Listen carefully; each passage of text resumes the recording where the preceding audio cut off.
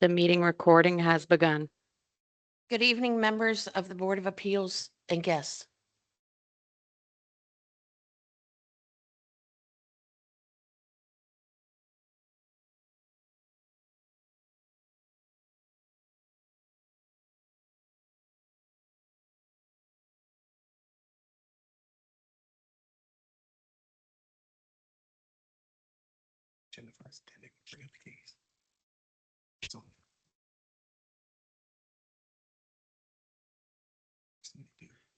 Good evening.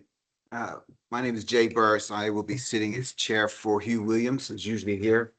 He will be out today, so I will sit chair. First thing, we always start off, if you don't mind, we're going to pledge allegiance to the flag.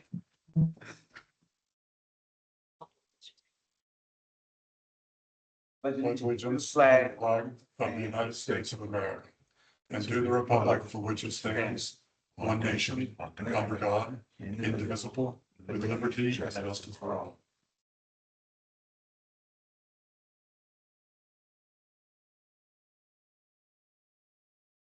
Madam Clerk, will you please conduct a roll call?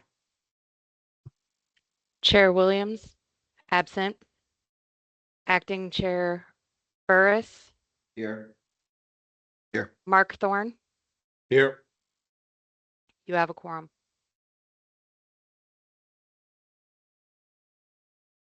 In reference to our last, Mr. Thorne, have you had the opportunity to review the draft minutes of our last public hearing? Yeah. We're taking a motion to approve the minutes as presented. Yes, approved. Second the motion, all in favor? Aye. Aye. Minutes are approved. Today's purpose is we're here for public hearing for case VAR 0001-2025, 8 Kent Avenue. The next item on the agenda is a public hearing for case.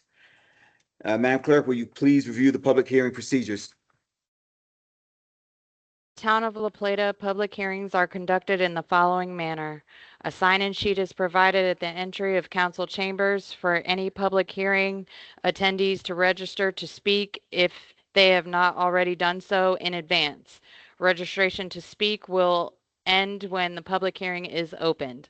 The presiding officer will call registered speakers to the podium. Speakers who have registered to speak in advance via the town webpage will be recognized prior to speakers who registered upon arrival at the public hearing. At the discretion of the presiding officer, speakers' comments may be limited to 3 minutes and may not be yielded. Written documents for the record submitted in advance of the public hearing are provided to the presiding officer prior to the opening of the public hearing.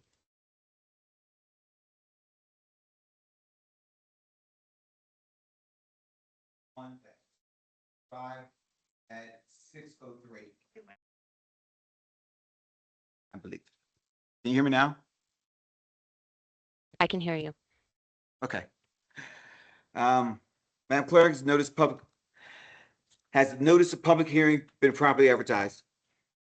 Yes, for the record, this public hearing was advertised in the Southern Maryland newspaper on March 13, 2026, as reflected in the certificate of publication attached to the meeting agenda. As indicated in the affidavit submitted by Director Phipps and is attached to the case file, letters were sent to owners of properties contiguous to and opposite the property by certified mail and sign was posted. Visible from Kent Avenue and Oak Avenue, the adjoining public rights-of-way. Notice of this public hearing was also advertised on the town's public portal. Thank you, Madam Clerk. Director Dooley, will you provide the staff summary and recommendations? Mr. Chair, may I make one comment? Yes, sir. I just want to make a comment that indeed, and I just want to put this on the record, our firm represented Wilkinson Construction some 15 years ago. And the attorney who was representing him was Gary Alexander, who is retired from our firm and no longer with our firm. But I just wanted to put that on the record, just make sure it's clear. You are. I'm Todd Pounds. Thanks, sir. Director Dooley. Yes, sir. I'm going to turn the actual presentation over to the project planner, Debbie Simpson. She'll present the staff report for this. Good evening, members of the Board of Appeals and guests. My name is Debbie Simpson, Planner 1 for the Town of La Plata. I am presenting variance 001, 2025. Next slide, please.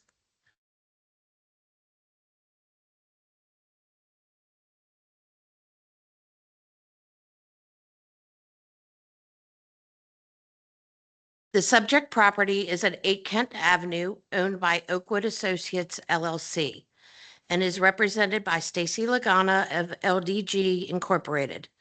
They are requesting a variance to reduce the side yard setback for a new elevator shaft, exterior elevator shaft, excuse me. Next slide, please.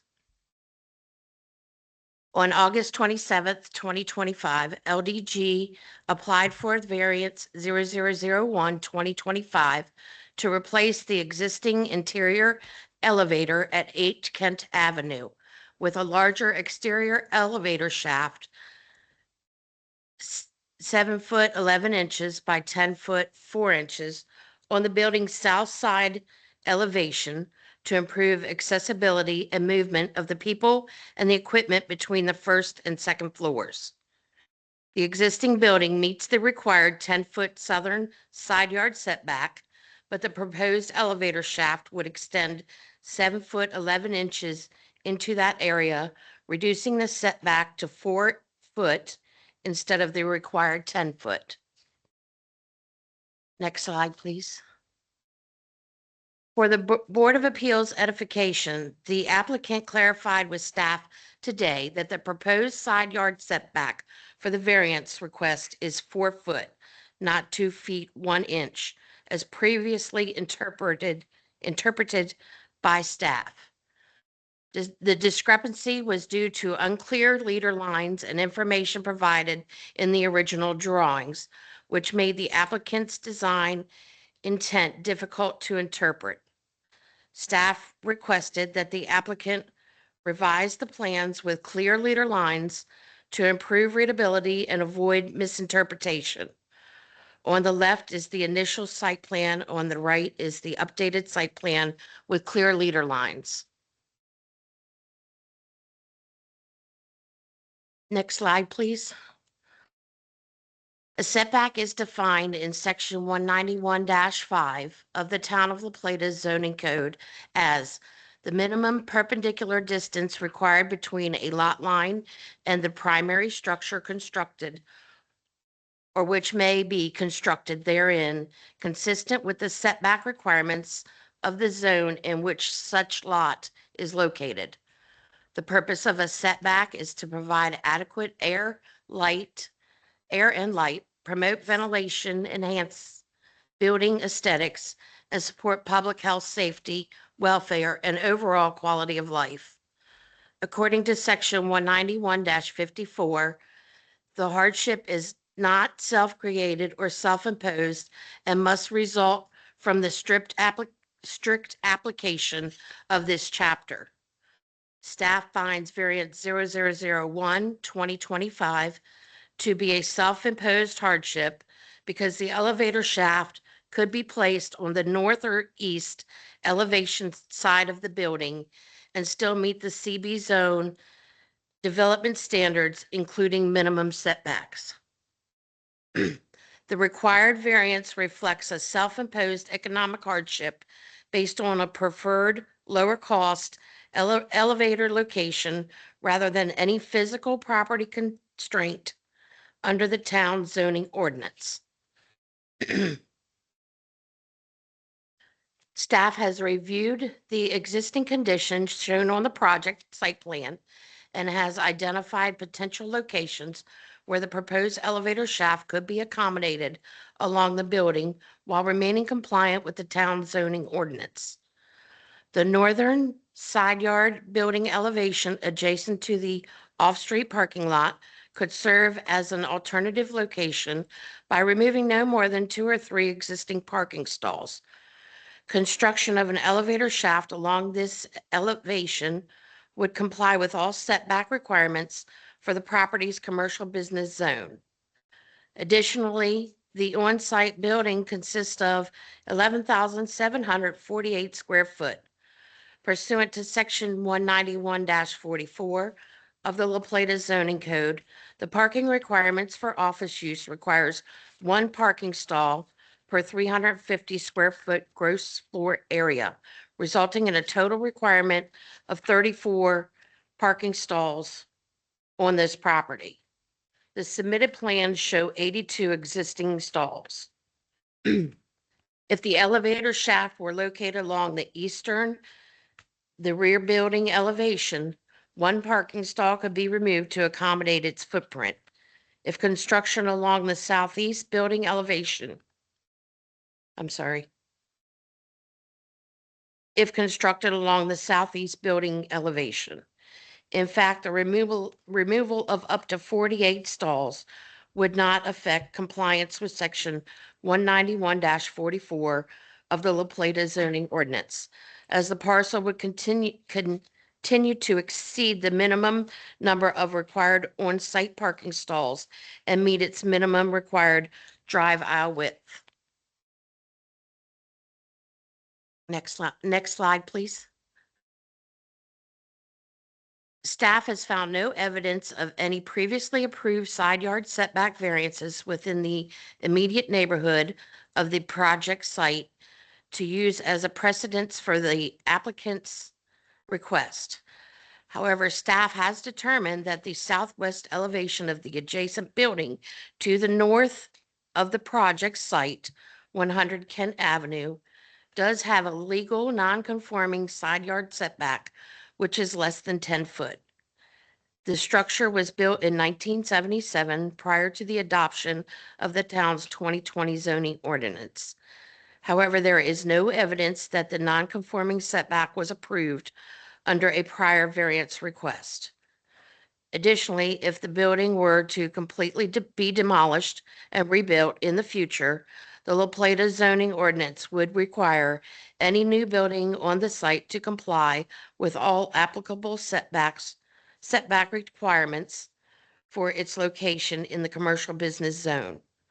Therefore, staff does not believe variance 001-2025 meets these findings, as a variance request would be contrary to the public interest and is not in general harmony with the purpose of the town's zoning ordinance. Next screen, please. A 10-foot side yard setback is required by Section 191-30, Table 4, and all findings in Section 191-54 must be met for variance approval. If any one finding is not satisfied, the request must be denied.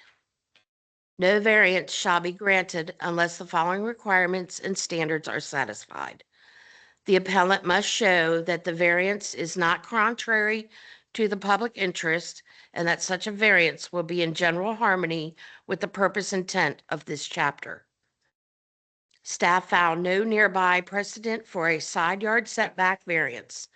The adjacent non-conforming setback at 100 Kent Avenue predates current zoning and was not approved by a variance. Staff concludes variance 0001-2025 is contrary to public interest. A variance will not permit the establishment of a use which is not permitted in that zone. An office use is permitted land use in this commercial business zone pursuant to Section 191-10. Variance 0001-2025 request does not seek approval for a prohibited use within the zone. Therefore, staff supports this finding. The hardship is not shared generally by other land or buildings in the area. Staff found that the appellant did not demonstrate a true land use hardship since the building already contains an elevator and the property has no usual physical constraints, because a new exterior elevator could be placed on the north or east side in compliance with zoning requirements. Staff does not support finding C. Next slide, please. The hardship is not self-created or self-imposed and must result from the strict application of this chapter. The hardship is considered self-imposed because the elevator shaft could be placed on the north or east sides of the building and comply with commercial business zone standards. Inside the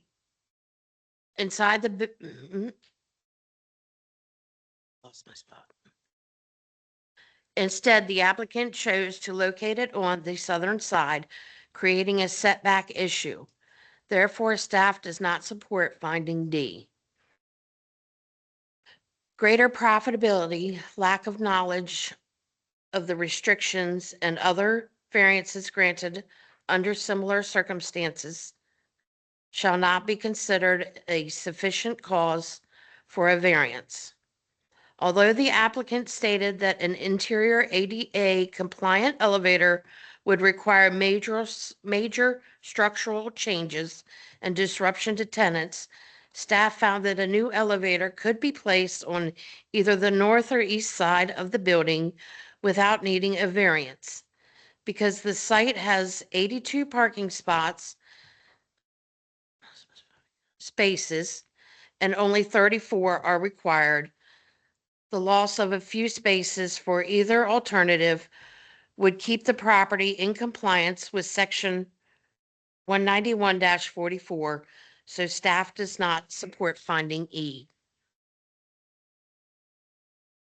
Next slide is a letter of support from the adjacent property owner at 100 Kent Avenue.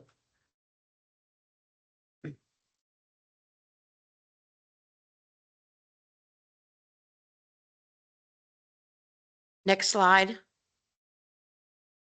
is the architecture's support letter.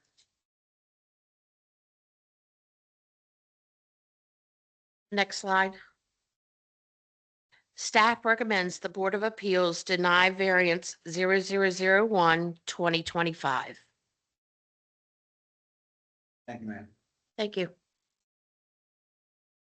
Would the applicant like to present their case and testimony at this time? I think they need speakers. I mean. Yeah. Todd. Swear. Do you do the swear or didn't swear? Sorry, It's swearing. what do you do it? You want me to do it? I got it. You want me to do I got it. I just didn't know. it? You got Julie's to check. That's what we're doing. Will all three people be speaking? Yes, off and on. Okay, if everyone Sure. stand up, swear in, please. I state your name. Ms. Jenkins. Solemnly swear or affirm under the penalties of perjury that the responses given and statements made will be the whole truth and nothing but the truth. I do. Thank you. Good evening, Mr. Chairman. Louis B. Jenkins Jr. I'm counsel for the property owner, Oakwood Associates LLC, which is the applicant. With me tonight are Stacy Lagana from Lorenzi Dodds and Ganell, civil engineers, surveyors, and planners. And to her left is Spence Boland, a Maryland licensed architect.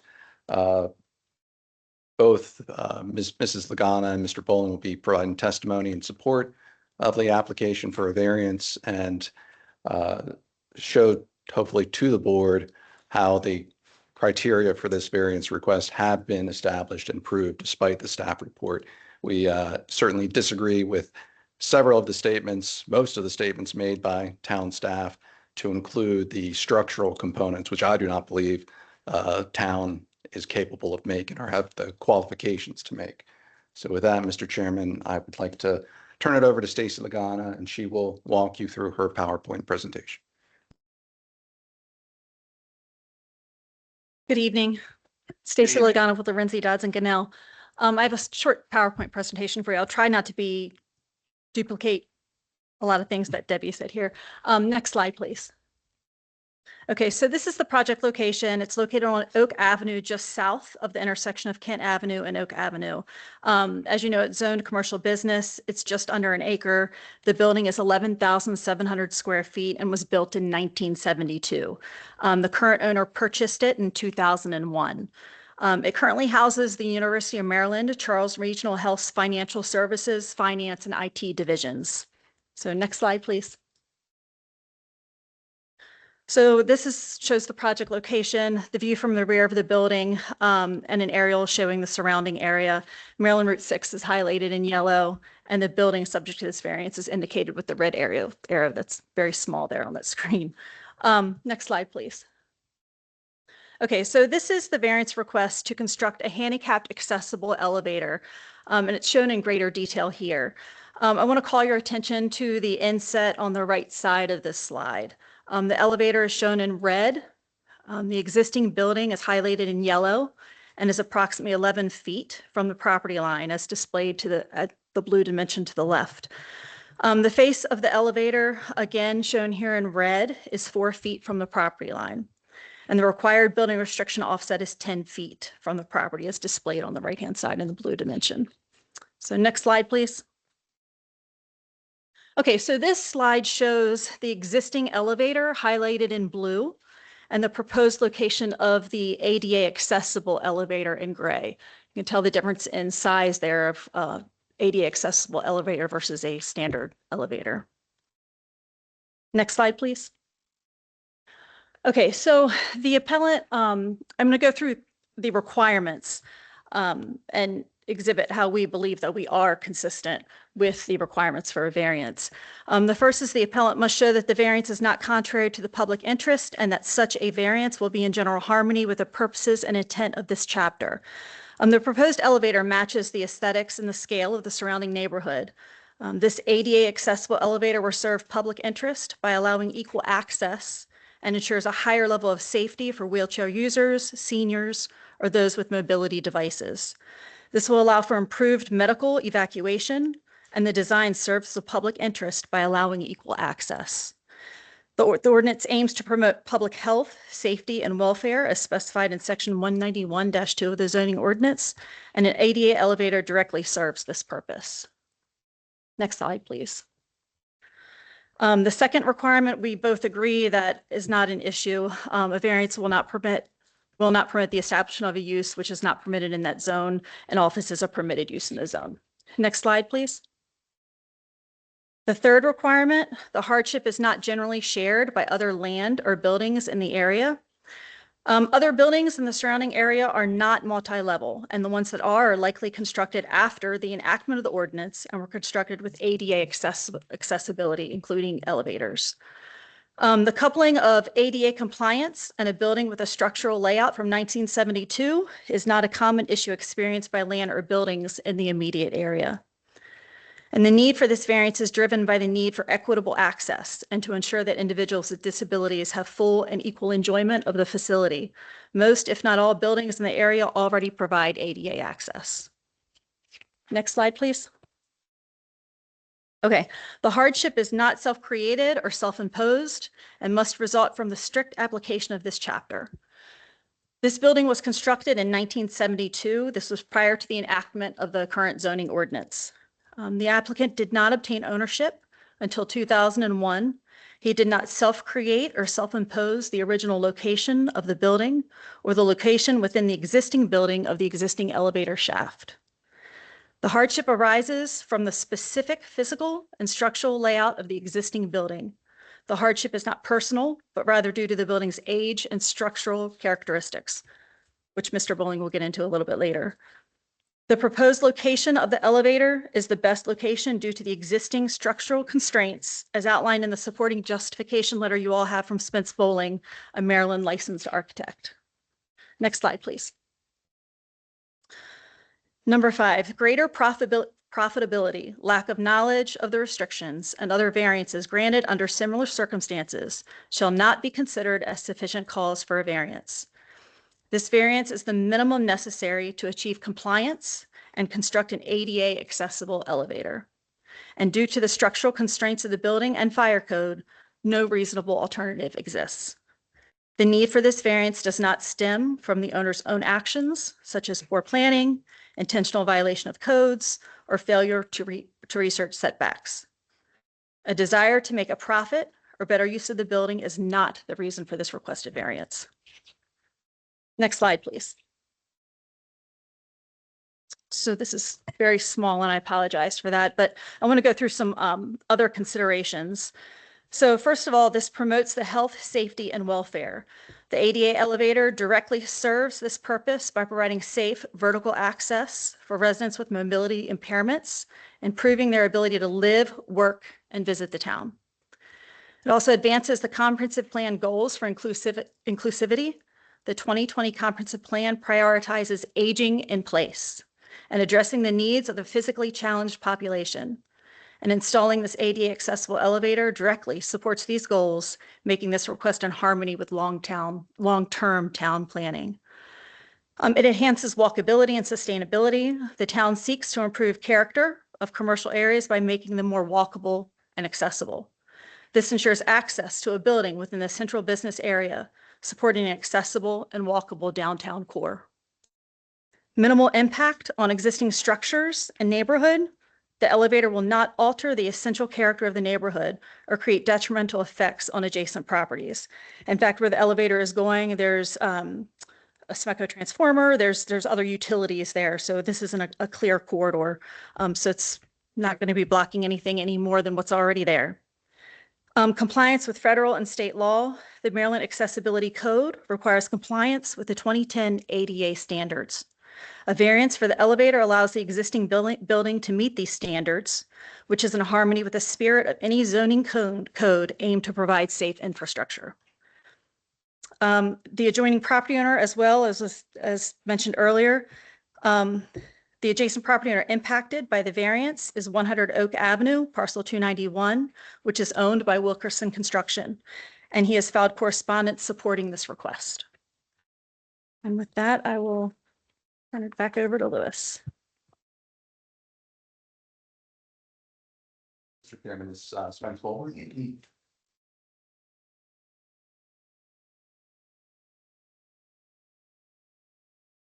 Well, I'm not sure what I can add to that. Stacy did a pretty good job.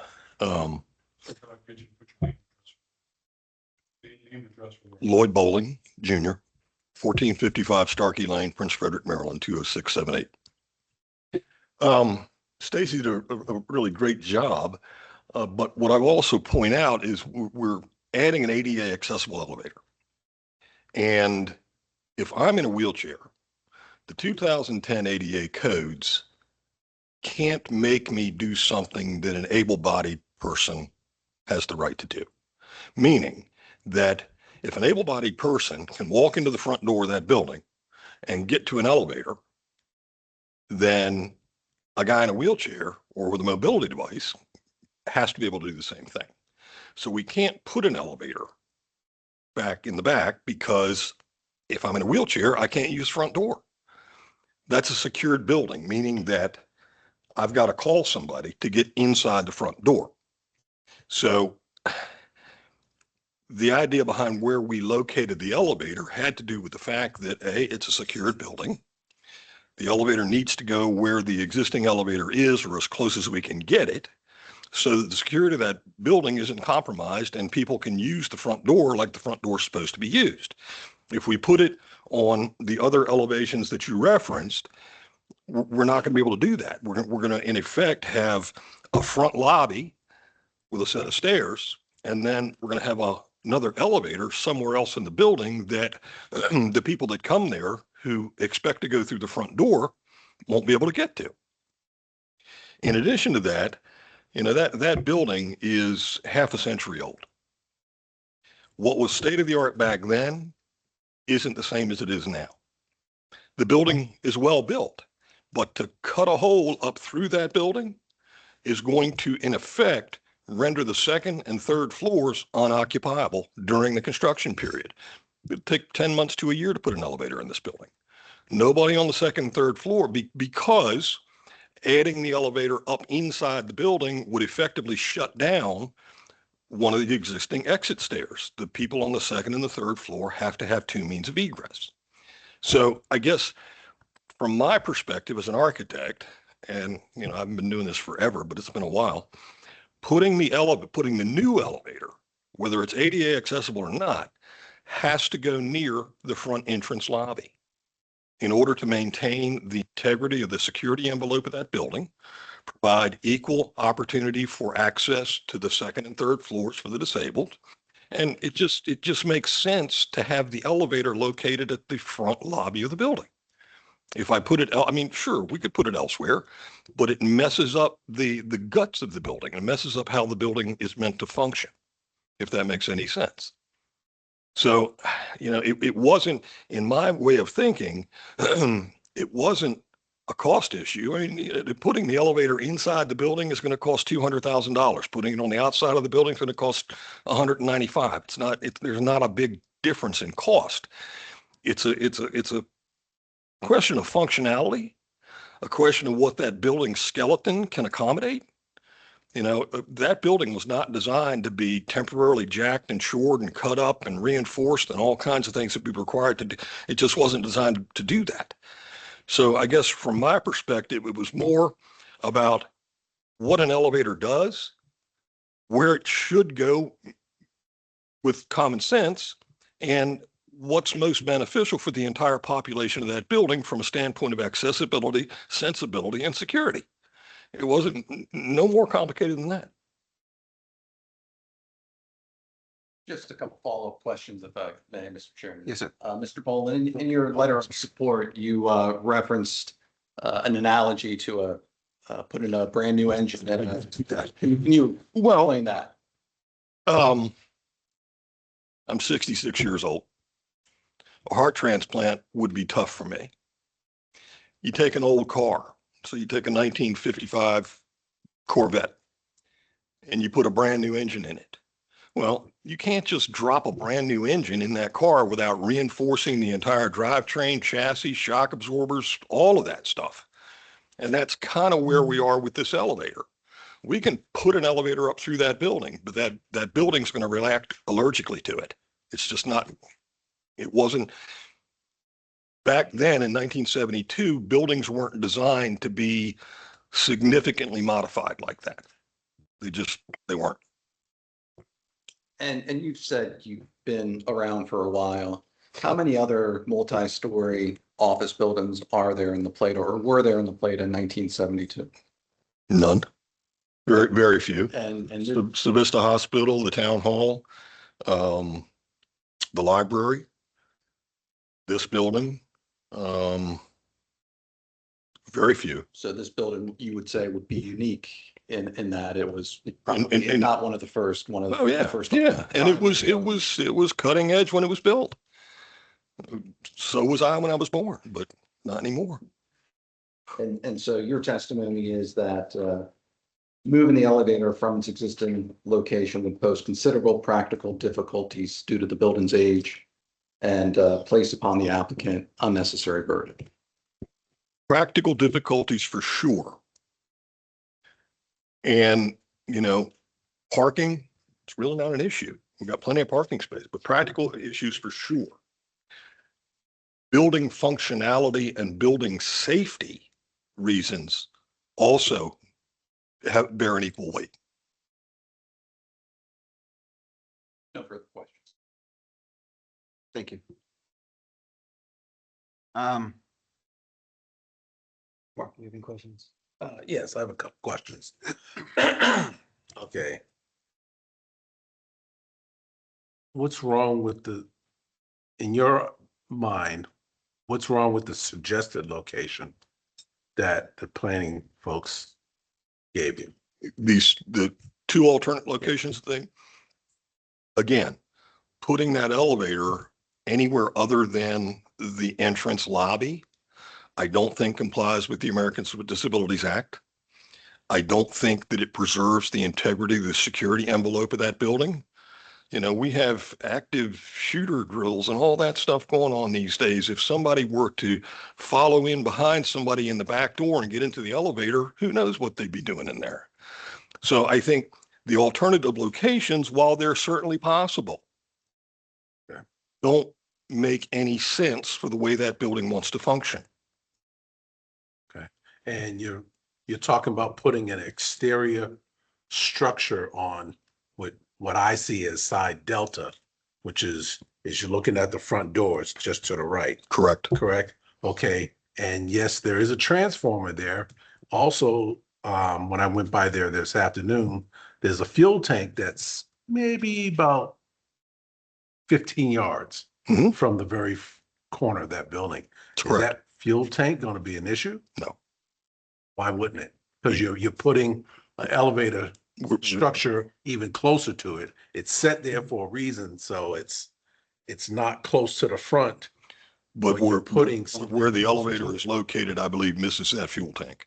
I'm sorry, say Where that. the elevator is proposed to go, Uh-huh. misses the fuel tank and the transformer. If you go Yeah, back got to it. my presentation, I think it's slide 4. Yeah. It clearly shows that the elevator is not, there you go, on the right-hand side. The oil tank is to the right, that circle there, to the right of the elevator. Okay. And there's also a utility box to the left there. Go in front of the 11-foot dimension. Okay, so the utility, you'd have to pass the utility box, then get to the structure that's housing the elevator, then you have the fuel tank. That's correct. The problem I have, and I'm leaning more towards NFPA 1. In an emergency situation, to get to that elevator, whether it's an exterior, have to get on top of the building. then No, I have think to you, I pass think that you're, transformer. correct me if I'm wrong. You're not suggesting that we're entering the elevator from the exterior of the building. No, not at all. Okay. And now how, you say that's about 13 feet into the building? Hmm. So they still have to go through both sets of security doors. Because there are 2 sets of security doors on that building. I have to go through the front door into the lobby. Which is secure. Correct. And then Then I there's go into the another lobby secure and there's door another secure door. just to get to the elevator. Correct. And I think putting the elevator in an alternate spot damages that secure perimeter. And then you mentioned about 2 means of egress for the second and third floor. Correct. Just off the top of my head, okay, you can't use that front stairwell. Adding a exterior fire escape will suffice, You mean adding a temporary? not a temporary. You can put a permanent fire escape, But add a I, door to the second and third floor with a fire escape that'll bring them down to ground level. That way you can still put this ADA elevator in a current location of the existing elevator. Because you can take up that first set of stairs, Mhm. gives you plenty of room. Where would I put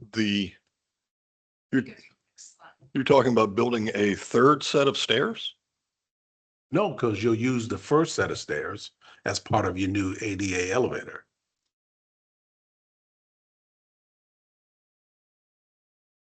So in addition to constructing the elevator, the applicant would be required to construct a new set of stairs as well? Fire escape. It's a lot easier. And it's just a structure that's attached to the building that's not going to go anywhere. Fire escapes have been around for hundreds. But I would likely Long time. still run into the same setback issue, wouldn't it?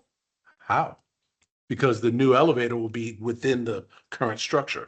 But the fire escape would be outside the current structure, correct?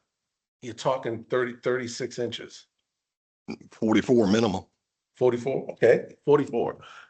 With 44, that structure for. that's 44 twice because it's a scissor stair, Mhm, because I can't drop any more than 12 feet in one run. So okay. that's 88 inches in width, plus the exterior walls. Why would you have exterior walls? It's a skeletal system. You mean an exposed fire escape? Yes. Yeah, absolutely. I think aesthetically that would probably not be optimal. Aesthetically, having that bump out like that wouldn't be very good either. Okay. We can Just- we can agree to Food disagree. for thought. Sure. Um, cover that. Okay, that's the question I have.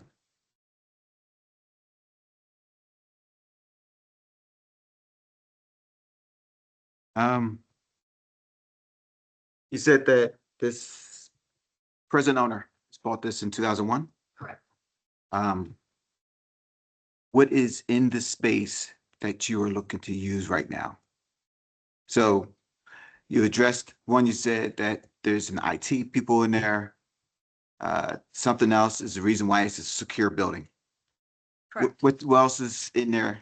So you guys are located where, on the third floor or second floor or first floor, basement? Right now? Are you guys in that building right now? I am not. I'm not a tenant. No, Okay. no, I'm not a tenant of that building. But right now located in that building is University of Maryland Charles Regional Medical Center, their finance. And then there was another use too. Sorry, I can't remember off the top of my head. It was in my notes. IT Um, department. IT, sorry, thank you. So you guys are looking to move where in the building? The tenant would remain. Yeah. Mr. Chairman. So the tenants will remain where they are. Yes. This is to help benefit the tenant. The existing tenant. Customer. Okay. Um,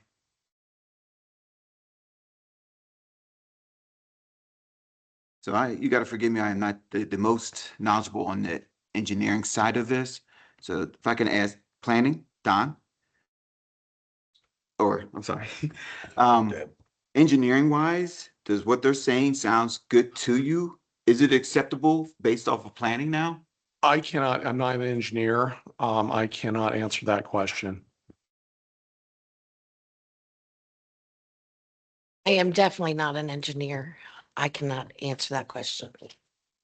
Like, excuse me, I'm not an engineer either, but I can definitely not answer that question. I can go from the planning and zoning ordinance side of it. Okay, so what we're saying is that we're all going off based information they have, because we on this side of the planning side does not have the expertise to answer those questions. Is that what I'm hearing? That's correct. You're asking about setbacks and some of the other findings, more than happy to elaborate on that. But the engineering construction component of it, I cannot provide you any response. No, and that's fine. It's just now I'm looking at a little different, because I have to sit there and say, well, if so there's room on the north and east side to put another elevator, but we don't know if we can do it or not. They say we can't, so now that's taken out the picture because we can't answer that question. Does that make sense? Chair, yeah, I understand. And Chair, I guess the question is, why is it not possible to build an elevator on the north or south or east side Mhm. of the building? What structural issues are there from a planning standpoint?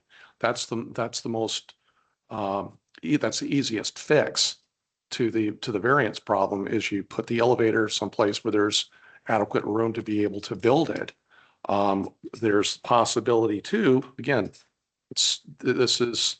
we're looking at something that is there a hardship created because of the circumstances associated with the property and not because of the applicant's desire to save money or to make it to their liking. If an elevator or other type of people mover, if you will, up and down of the building can be constructed along the side of the building, yes, they would have to potentially redo the interior of the building, but that's not a hardship issue. That's just purely economics and design. So I look at it from the perspective that, again, all engineering and architecture aside, I can't speak to that, but from a planning standpoint, yeah, it's materially more cost and more involvement with the project, but you can meet the strict literal intent of the code. Ms. Simpson's identified that there's adequate on-site parking. We've inspected the site. It would, with some modifications to the site plan, it could be done.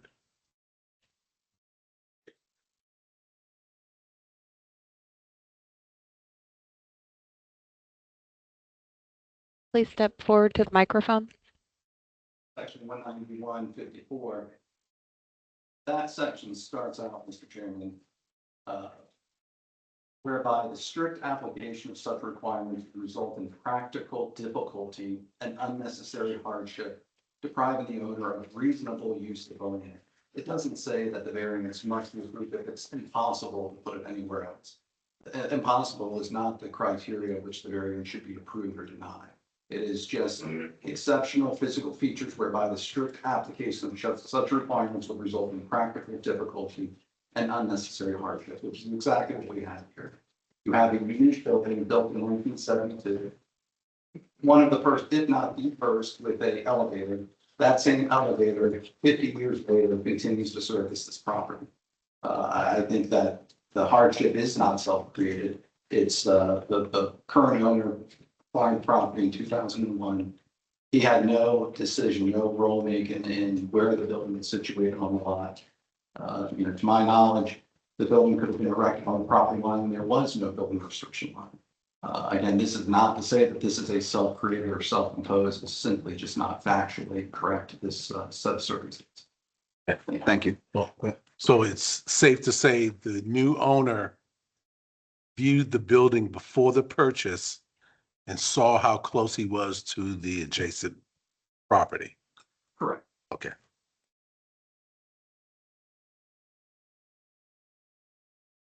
So if I can follow up on that a little bit, the 2001 purchase, the policy was in place already for this variant for the 10-foot standoff. At that time, yes. I believe the town zoning was enacted in the 1980s. Whether or not the 10-foot side building restriction line was enacted at that time, I assume it was in place prior to 2001.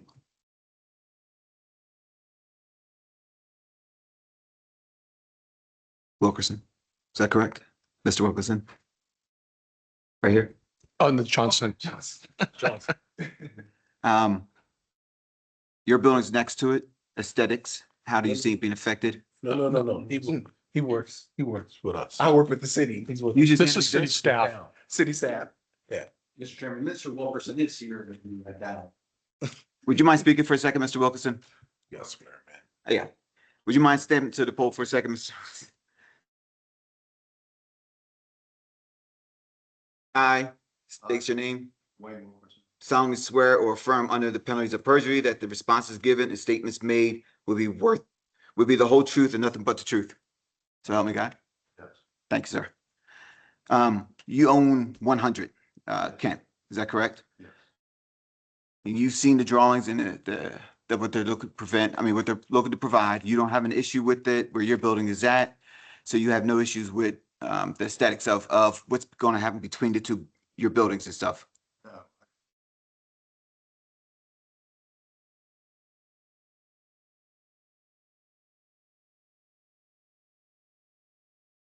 Thank you, sir. That's all I have. Did you have something for him? Well, the building, no. No, okay. Thank you, sir. That's all I have. Okay.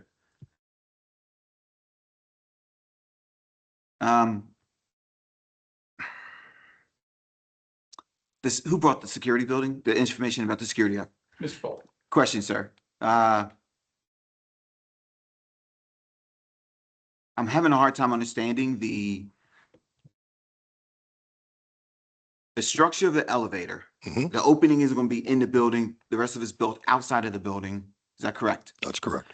And you mentioned how putting the elevator at another location would be difficult because it's a secure building and someone in a wheelchair would have to try to get through the door to get to the elevator. Correct. But they have to do that now to get to the elevators there. Is that correct? Someone in a wheelchair Right. Someone in a wheelchair. would be able to go through the same door you and I would be able to go through, Right. which is what the intent of the Americans with Disabilities Guidelines is. If we put it somewhere else, a non-able-bodied person wouldn't be able to go through the same door that you and I would, creating kind of I can't say non-compliance, but I suspect it's a non-compliance with the ADA code. Because if I'm non-able-bodied, I can't go through the same door as someone who is able-bodied. And the intent of the ADA, the 2010 ADA, was to sort of flatten the world for everybody. In addition to the fact, putting the elevator where we propose to put it maintains that security perimeter as best we can.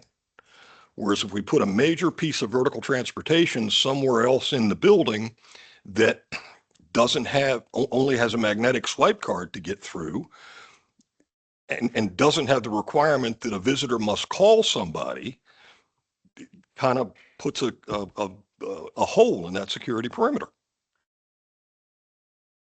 I'm having a hard time understanding that. Yeah, The only, I got confused too. yeah, so, presently, right now, if I go to that building. Yep. I gotta call someone to get in that front door. Correct. Okay, whether I am walking or in a wheelchair, I gotta call someone to get in that front door. Correct. Now, to get inside the front door, someone will buzz me in. I'm assuming that's what happens. You get buzzed in. Mhm. Then you wheelchair yourself in and you go to the elevator. It's there already. No, I gotta go through the door. You gotta go to the second door. Yes. Then, There's a vestibule. right, so then It's got when I two get through the doors. second door, Mhm. I go to the elevator. Correct. Okay. Whether the elevator's sitting where it's at now, or if it's sitting on the north side or east side, I still have to go through the same two doors and then just go to that elevator, which ever elevator is there, right? That is correct. Okay, so I don't see a change or why, where the Because elevator's sitting right now, and then where if it was on the north side, and then where the problem comes in for someone in a wheelchair or a walker or whatever it is, I don't understand how security has an issue with wherever that elevator is going to be. because of the way the office space inside that building is configured, it's largely open plan. There's not a lot of doors. There's not a lot of separation between the finance guy's papers and the guy going by in the wheelchair to get to the elevator. In other words, if it's in the front where the entry vestibule is and the existing elevator is and the existing fire stair is, that sort of self-contains it. And it keeps the non-able-bodied or anybody else using that elevator away from your desk or my desk or any, whatever else they'd see going through the building. Okay, so it's the inside structure of the employees that is the concern then. It's the way the building is configured internally, the way the office spaces are laid out, the existing security perimeter and wanting to preserve that, and the idea that putting the elevator elsewhere, and I'm not saying it can't be done. It can be done. You can do anything you want to if you throw enough money at it. But that building is going to react allergically to having an elevator stuffed up through it. It's just how it's Right, built. right now, money's not the issue, because from what I heard, it's like about a $5,000 difference. Not a lot of difference at all. Yeah, so I don't think money's an issue here. Nope. I still have, you're speaking against what you're trying to do because they have to go through two sets of doors. They have to go through two sets of doors, whether they're going it upstairs in the existing elevator Mhm. or the new elevator. Correct. Because I'm assuming when you want to put the new elevator in, Mhm. you're going to get rid of the existing elevator. Yes. So the people working on the second and third floor are going to have to use stairs until it's constructed. Correct. I still don't see why you just can't put it in another part of the building. Mr. Dooley? Chair, if I can add to this conversation, just referencing again to one of the required findings, in this case, finding D, which says the hardship is, quote, not self-created or self-imposed and must result from the strict application of the chapter. At the time we wrote the staff report, we didn't have the pleasure of Mr. Bowling's letter from March 12th, but he says in the first part, well, fundamentally the last paragraph of his letter, it says threading a new elevator shaft up through the building at that location, while possible, would eliminate access to one of the fire exits, stair exits along the existing elevator, making the building non-compliant from the standpoint of the National Fire Protection Code, NFPA 101, for the duration of the construction period needed to install the new elevator, meaning that despite the inherent construction-related disruptions that would need to be endured by the current tenants it is unlikely that the occupants on the second, third floors could even remain within the building during construction without access to the second, to the second fire stair exit. So way I'm interpreting this is that, and I'm not being disrespectful to their needs of their tenants, but I sort of see this as an inconvenience to the tenants rather than a practical problem that where they can't meet the strict and literal intent of the code because they can build an elevator shaft on another side of the building. I agree.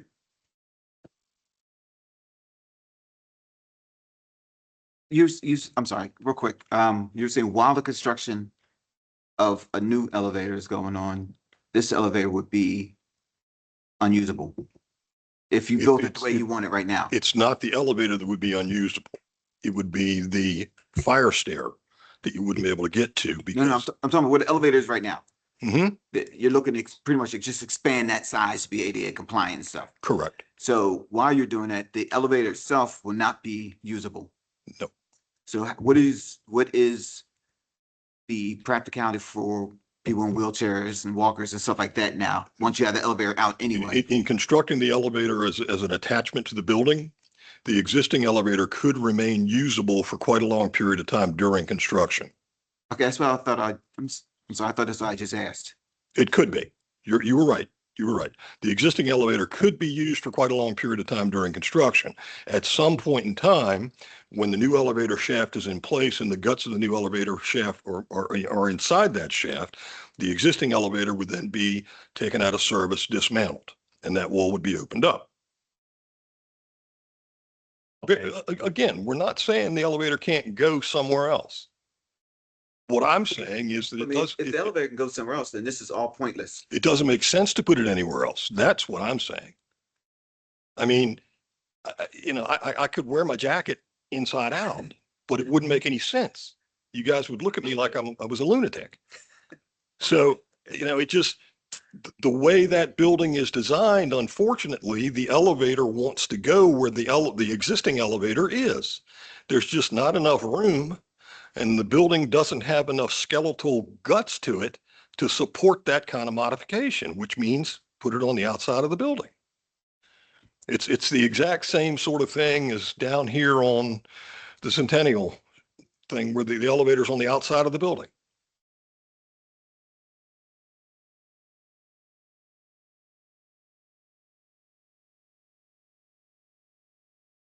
Still lost on, because I'm assuming this new elevator is gonna be a shaft, a piston elevator, correct? Where it has a, no? Holeless, a holeless, A holeless, okay, no shaft. okay.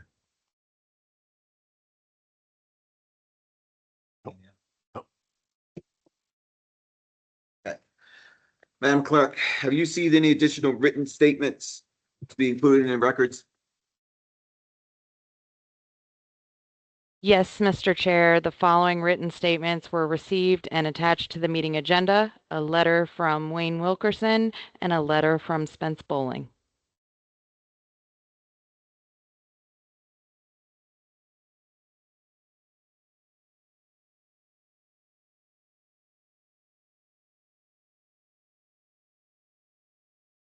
Okay. Madam Clerk, is there a list of personnel who wanted to speak this evening? There are none for this particular hearing. All right. Any additional questions?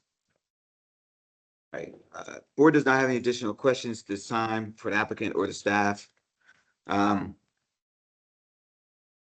either have any final statements they want to make before we conclude? Just in summation, Mr. Chairman, again, the applicant, based upon testimony from Ms. Lagana as well as Mr. Bolin, believe that they have established the criteria for this requested variance. Again, the code specifically states not that elevator in another location is impossible. It's just that, again, quoting from the code one more time, that the existing location would pose considerable practical difficulties due to the building's age and place upon the applicant unnecessary hardship. And again, so the criteria should not be, is it possible to put an elevator shaft in a different location? It's again, with the criteria in this location. Thank you, Mr. Chairman. Thank you. I understand that. I agree with that. But I think you're missing the fact that the purpose of this is to be compliant with the variance. It's not so much of what's easiest or what's best or it's compliant to city policy, basically. And I think that's one of the things we have to take in consideration is everything sounds great, everything could be right, but we still have to, it may not be a necessity, it may not be in the way, but we still have to consider what policy is. And that's our job, is to figure out whether we can make it a variant possible through the policy that we have in place right now. Do you have any further questions? I do not. Okay, if there is, let's see. There's no more questions. Huh? Not yet. This concludes the public hearing on the Kent Avenue variance application. The board will hear no further comments or questions. Do I have a motion for a closed session? Do you? We do closed session. You need a closed session? Yes. Okay. Move the board into a closed session with statutory authority of state government article section 305B7 to consult with counsel to obtain legal advice on the legal matter subject in case.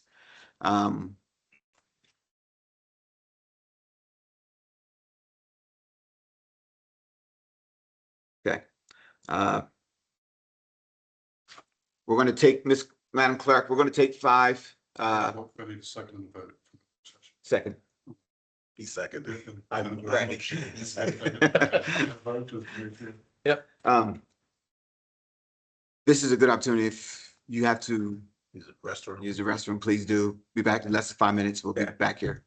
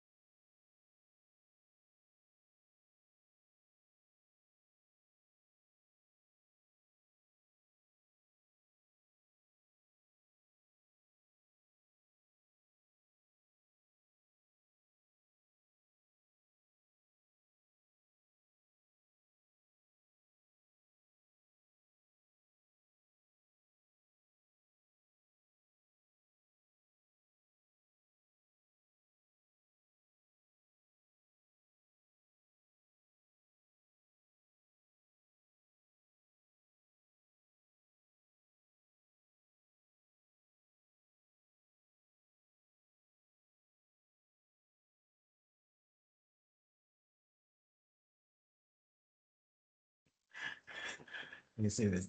I'd like to see if they're over here. Oh, they went back. Okay, we have everybody. Apologize for that. We're back to the open session.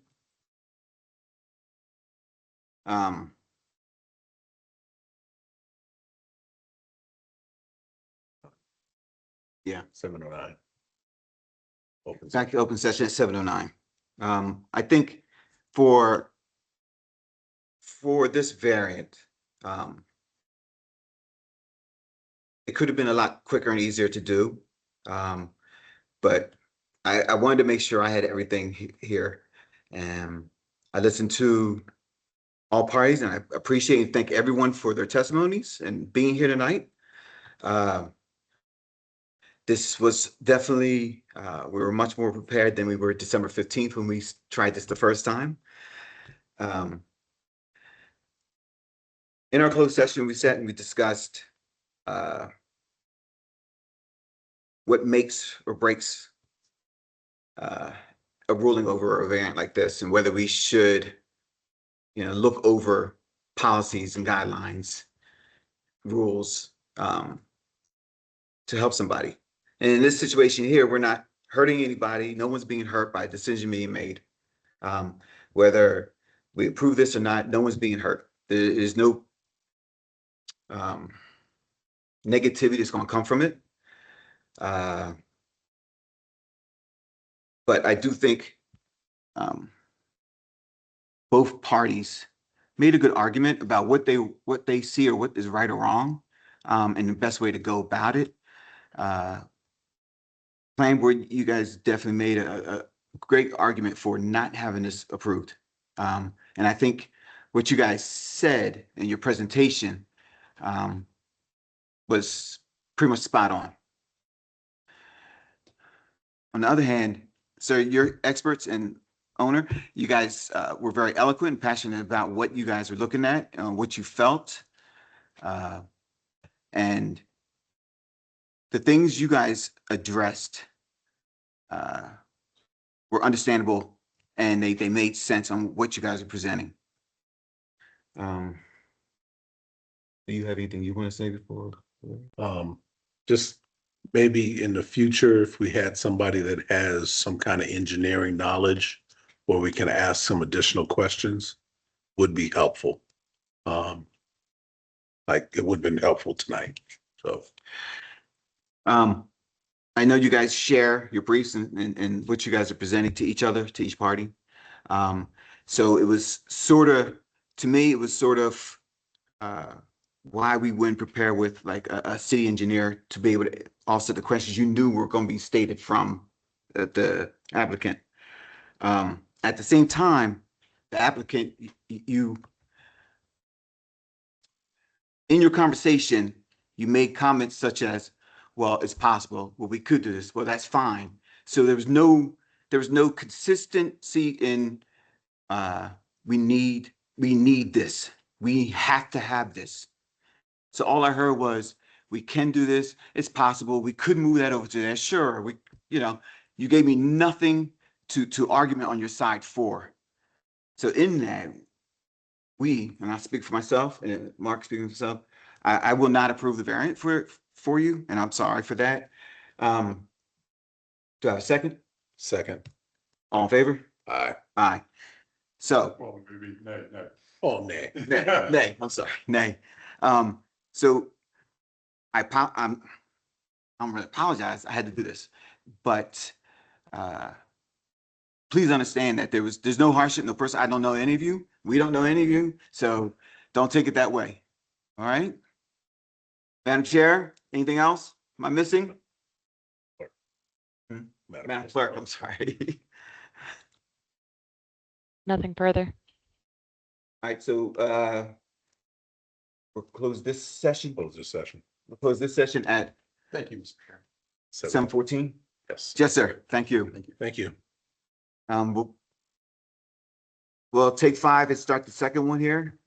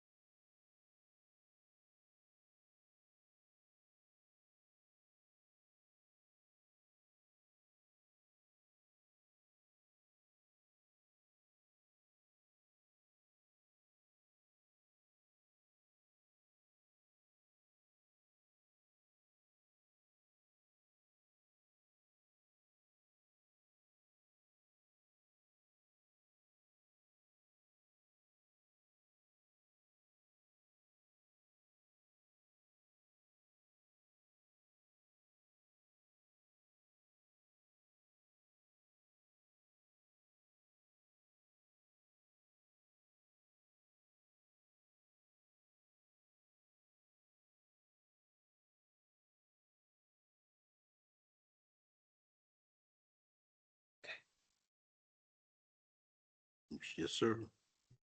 Good.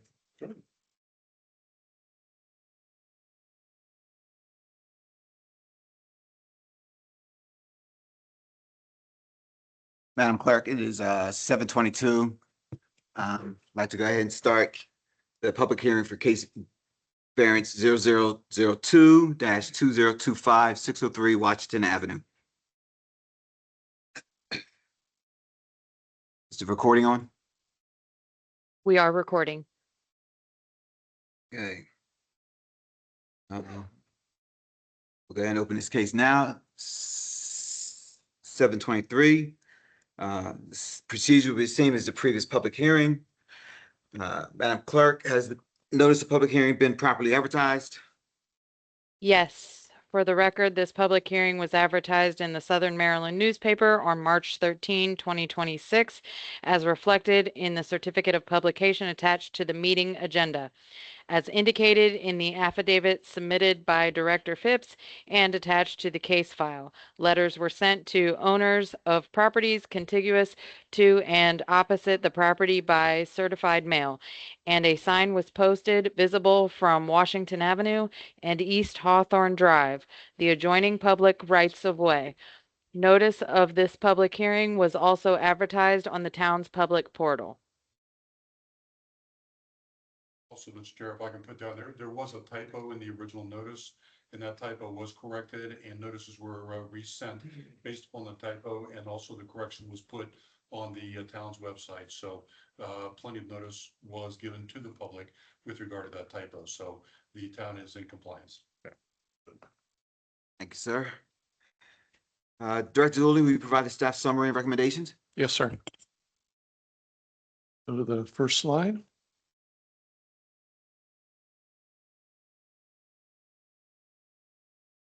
Oh.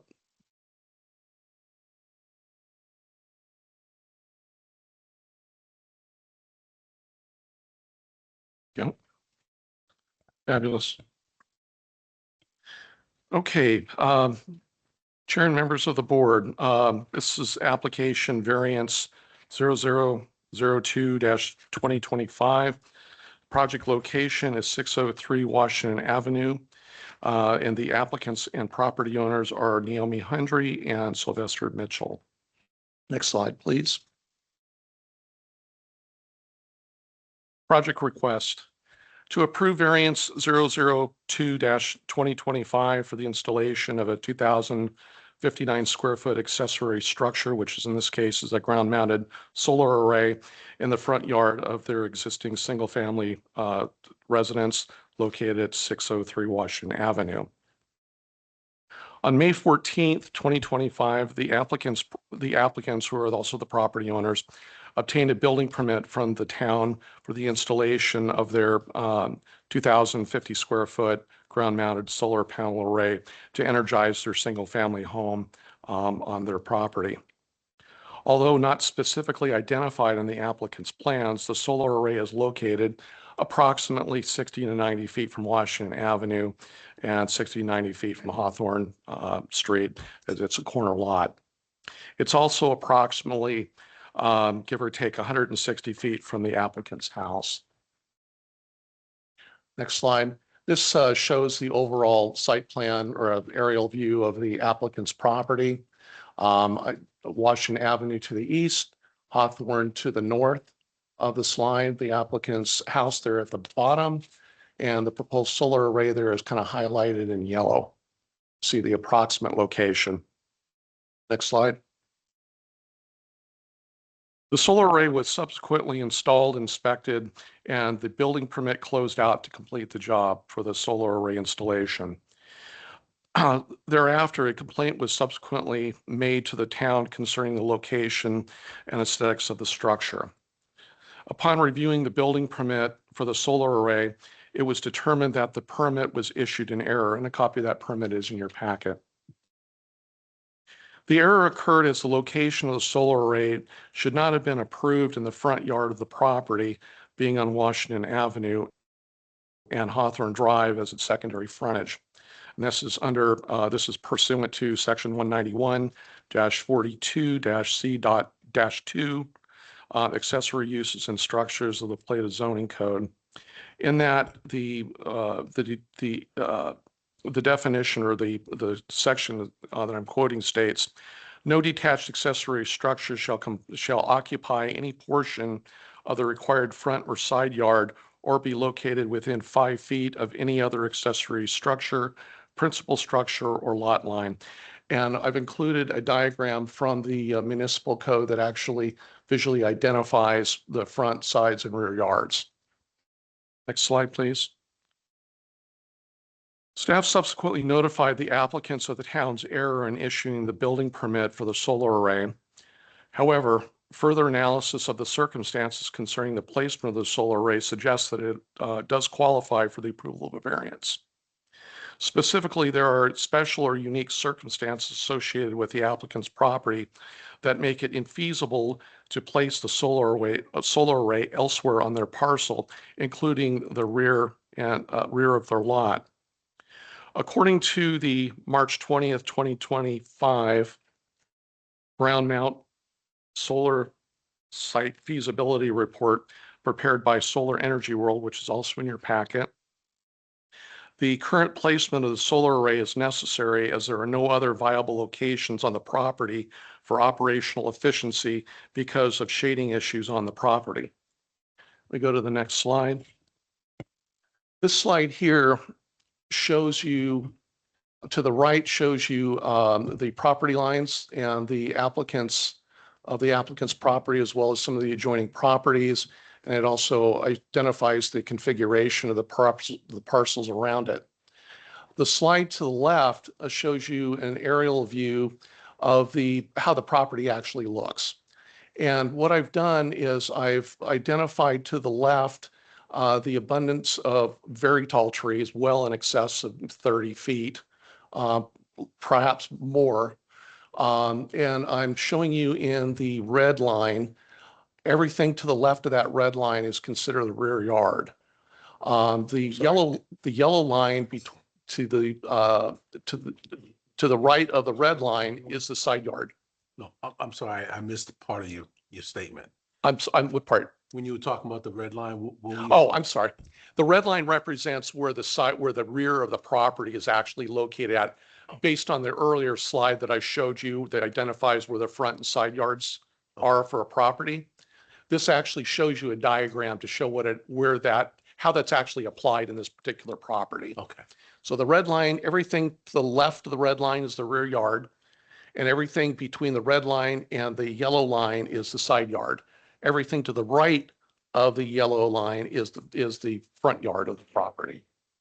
And then there's 2 yellow lines at the bottom is a undeveloped property immediately adjacent to the applicant's property.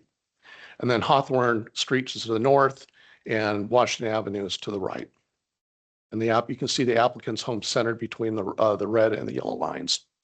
There's also, what you don't see in the image because it's covered by trees, is the accessory structure, which is a garage kind of in the southwest of where the house is. So that's just kind of for visual context. Next slide. So these show some photographs, and they were taken at the end of last year before the leaves fell off. So you can see this is the way it worked out. You can see the actual shading conditions in the property in the afternoon. The first slide in the upper left corner is taken. You can see the portion of the solar array there on the very far left of the corner of the picture. But that basically shows the shading conditions along the applicant's north elevation from Hawthorne.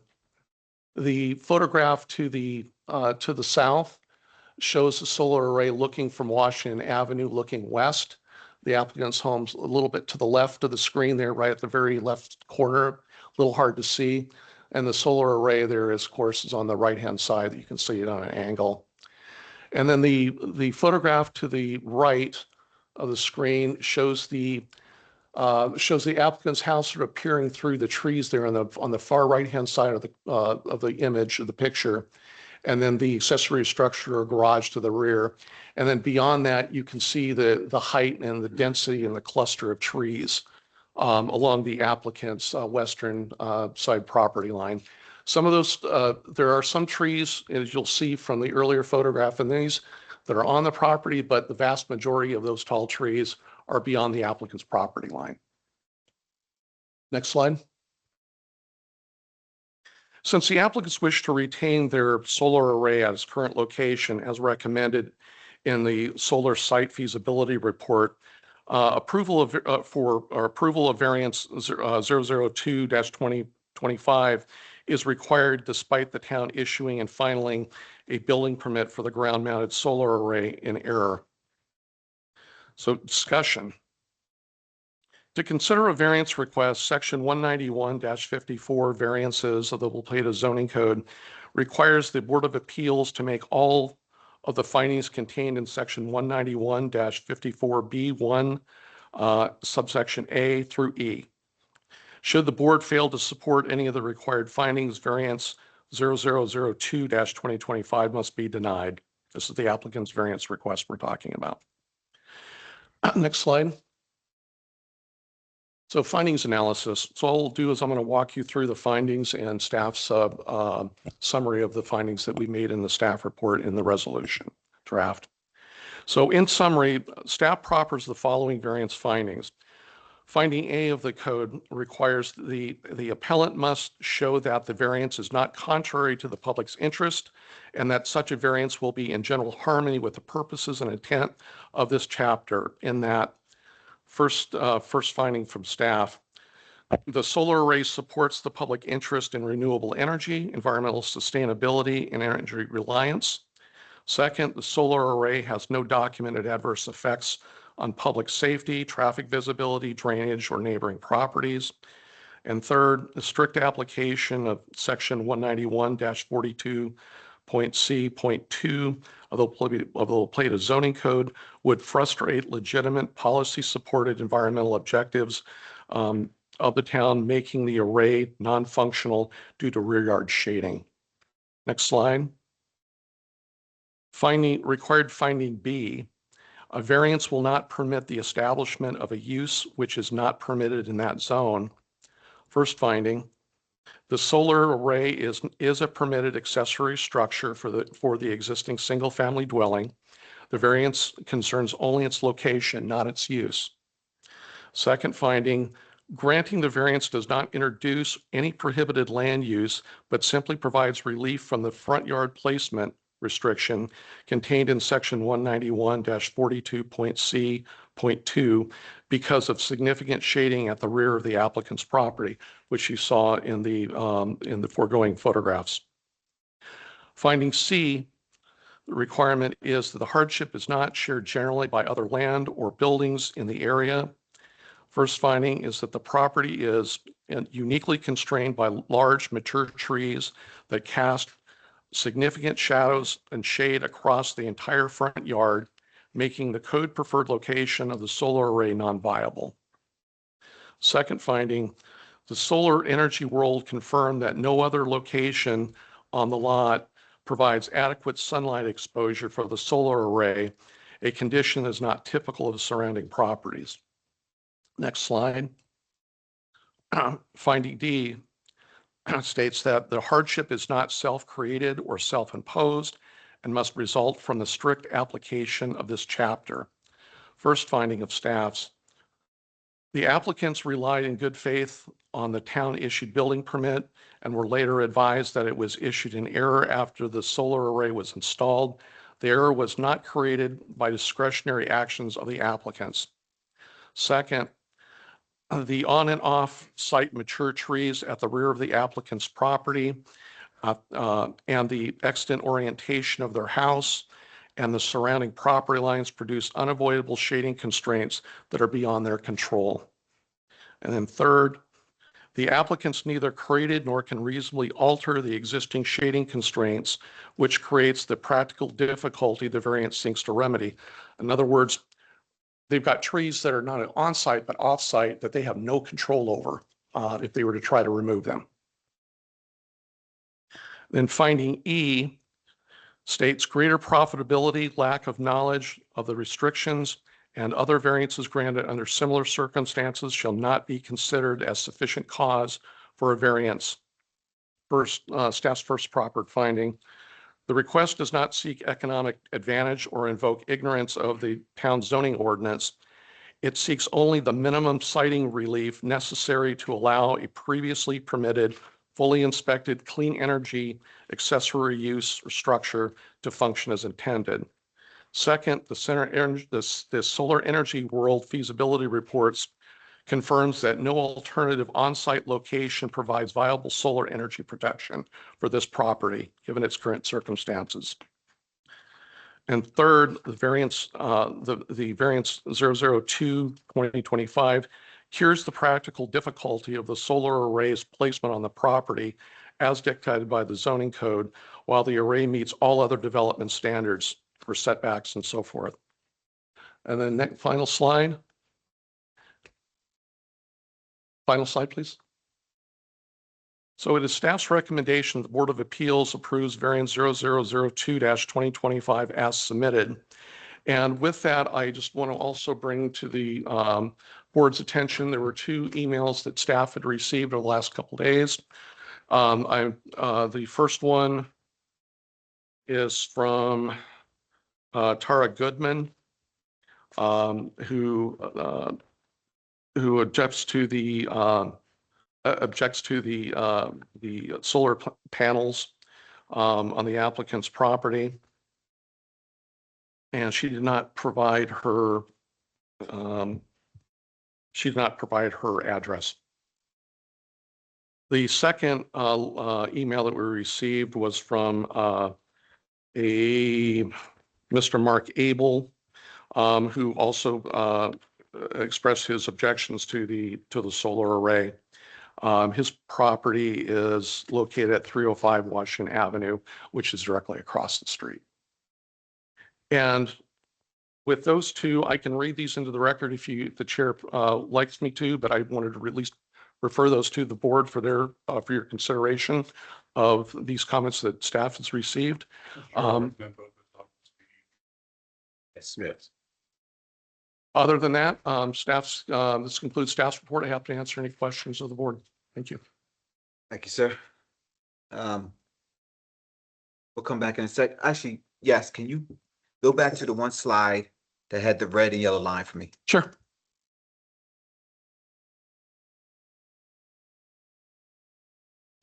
Yep, there it is. So the red line dictates the backyard, beginning of the backyard, or it encompasses all of what's considered a backyard? It's based, so the red line, you have to look at fundamentally answer your question, it constitutes the backyard of the property based on. The beginning of the backyard. The beginning of the backyard is where the house is, the back of the house is the beginning of the backyard. Right. The western property line is the rear of the backyard. Those are the ones that are partially covered by trees. You see where the accessory structure is on the right-hand picture. There's fundamentally just trees, so it's kind of hard to define exactly where that western property line is, but that's what these 2 images are to try to help discern. Yes, I was trying to figure that out, looking at what appears to be the structure, the garage structure you're talking about, the accessory structure. Is that correct? That's correct. It's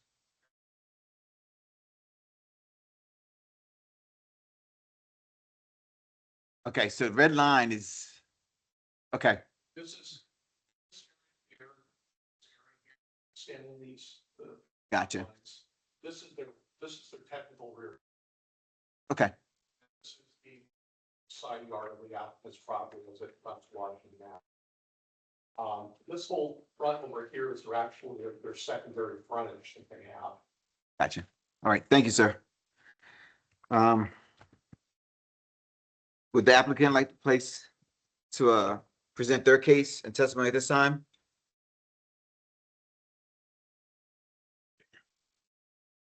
The applicant is not advised that she wasn't going to be here. I do know that she wrote that she got a copy of the staff report. I sent it to her. She acknowledged receiving it, did not have any questions in her response. All right. Thank you, sir. I guess you're the only one we're going to ask questions to. Please do. You have anything? Yes. You said the copy of the permit. Is this the permit? Yes, sir. Okay. Or just give me a couple seconds.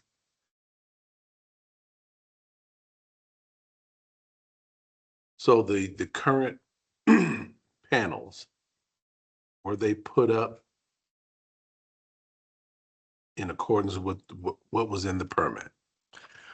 I don't have a copy of the site plan, so they do appear to be consistent with the site plan that was identified in your packet, You mean this?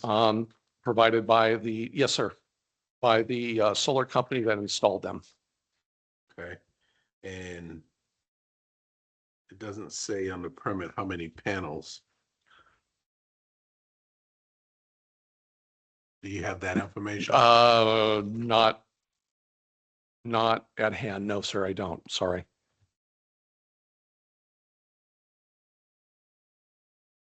There is.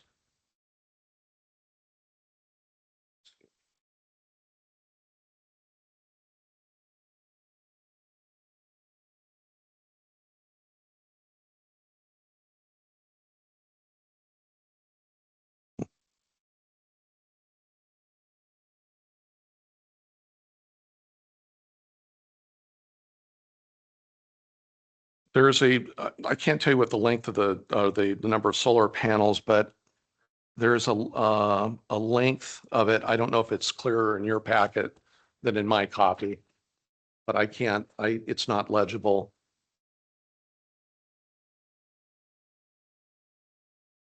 Let me see if I can look on the application or the, The 18 feet wide? Yes, 18 square feet is the max number of Okay. panel. So to your recollection, or in your research and looking at this stuff, was the panel array put up There- exactly in accordance to the permit? so, sir, if I may go back, I actually found this on the, Oh, on the answer to your first question. It says 1 array, 5 panels high by 19 long. So it appears that they're, 1, 2, 3, 4, 5.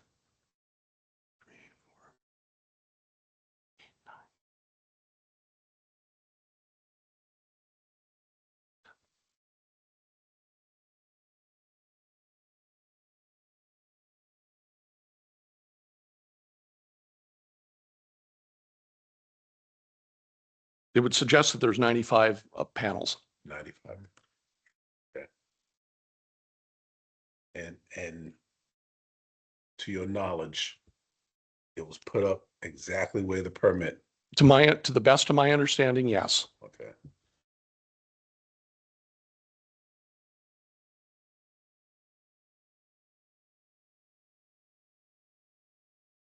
Somebody speak on it.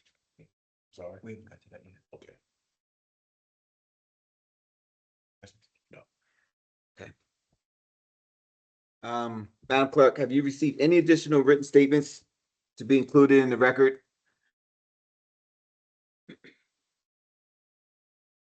Yes, Mr. Chair, the following written statements were received and attached to the meeting agenda, an email from Mark Abel and an email from Tara Goodman. And those have been added already, correct? They are.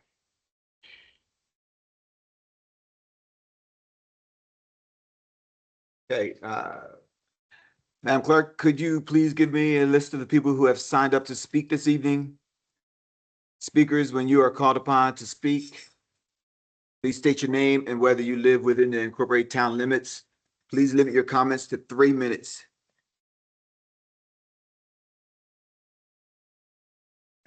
Let's see. 40 yesterday. Ms. Robin Sprague? You get 1 point for getting it right, because very few do. There's a ship made with that name in the Navy. I do a little presentation for you, and I appreciate your indulgence. Do. Did you, Ma'am, if you can use the ones. Absolutely. My name is Robin, is it on? hold on, man. It's on. Yeah, can you hear me? Oh, So my name is Robin Sprague. Sorry, hold on a sec. Oh, swear to me. No. Okay. Yeah. Okay. one. I state your name. I, Robin Sprague, Solemnly swear or affirm under the penalties of perjury that the responses given and statements made will be the whole truth and nothing but the truth. I do. Thank you, ma'am. Okay. You guys will indulge me. Very personal for me, so I'm gonna need your time and attention, and I appreciate the time and attention you gave to the previous variance. So with that, I will start with a prepared statement I have. And sure. So just so I don't miss anything, that's why I wrote it down, and I'll be happy to turn this in to you as well when I'm finished. So I would like to formally express my opposition to variance 002-20205 regarding the installation of a commercial scale ground-mounted solar array in a front yard within the town of La Plata. First and foremost, my opposition is not to renewable energy whatsoever. I strongly support responsible and appropriately placed solar development. However, I am equally committed to preserving the integrity of our town's zoning code and the historic character that defines our community. The value of a historic district lies in its visual continuity and cohesive identity. Introducing industrial scale equipment into a front yard disrupts the carefully maintained sense of place that the town has worked to preserve over many, many, many years. Ground-mounted solar arrays are inherently industrial in appearance and are visually incompatible with the architectural character of historic homes. Additionally, front yards contribute significantly to the public streetscape. Altering them with a large-scale mechanical structure interrupts the visual rhythm of the neighborhood. This not only diminishes aesthetic harmony, but may also negatively impact property values, which are closely tied to the consistency and protections afforded by historic zoning regulations. With regards to public safety and liability concerns, a ground-mounted solar installation in a residential front yard presents several safety risks, particularly if not properly enclosed, which include high voltage electrical hazards, as residential arrays can produce between 300 to 600 volts. The potential classification as an attractive nuisance, drawing children to climb or interact with the structure. Glare and reflection that may distract drivers, creating a roadway hazard during peak sunlight hours. Without proper safeguards, those risks extend beyond the property owner and affect the broader community. Setting precedent. Granting this variance creates a concerning precedent. Zoning regulations depend on consistent enforcement. If an exception is made for a front yard solar array, it weakens the town's ability to deny future requests for other industrial energy-related structures such as wind turbines or large battery storage units. This slippery slope risks turning clear zoning rules into optional guidelines, leading to inconsistent development and erosion of neighborhood standards. The town has a responsibility to uphold its own regulations to maintain public trust. If current codes prohibit front yard installations, then allowing this project represents a failure of due diligence that should be corrected. Equally important is fairness. Zoning codes are intended to be applied consistently and equitably. Granting this variance raises concerns about selective enforcement and favoritism. I respectfully request transparency on whether similar applications have been denied in the past. And if so, why is this case being treated any differently? In closing, I urge the board to deny variance 002-2025. This is not a rejection of renewable energy, but a call to uphold the integrity of our zoning code, preserve the historic character of our town, and ensure that regulations are applied fairly and consistently to all town residents. Town of La Plata has a responsibility to correct this oversight, not only to protect the visual and historical fabric of our community, but to reinforce the principle that our rules apply equally to everyone. And having said that, I have a couple of visuals of my own. With regards to the signs being posted in a very clear and well-viewed area, I have to oppose that.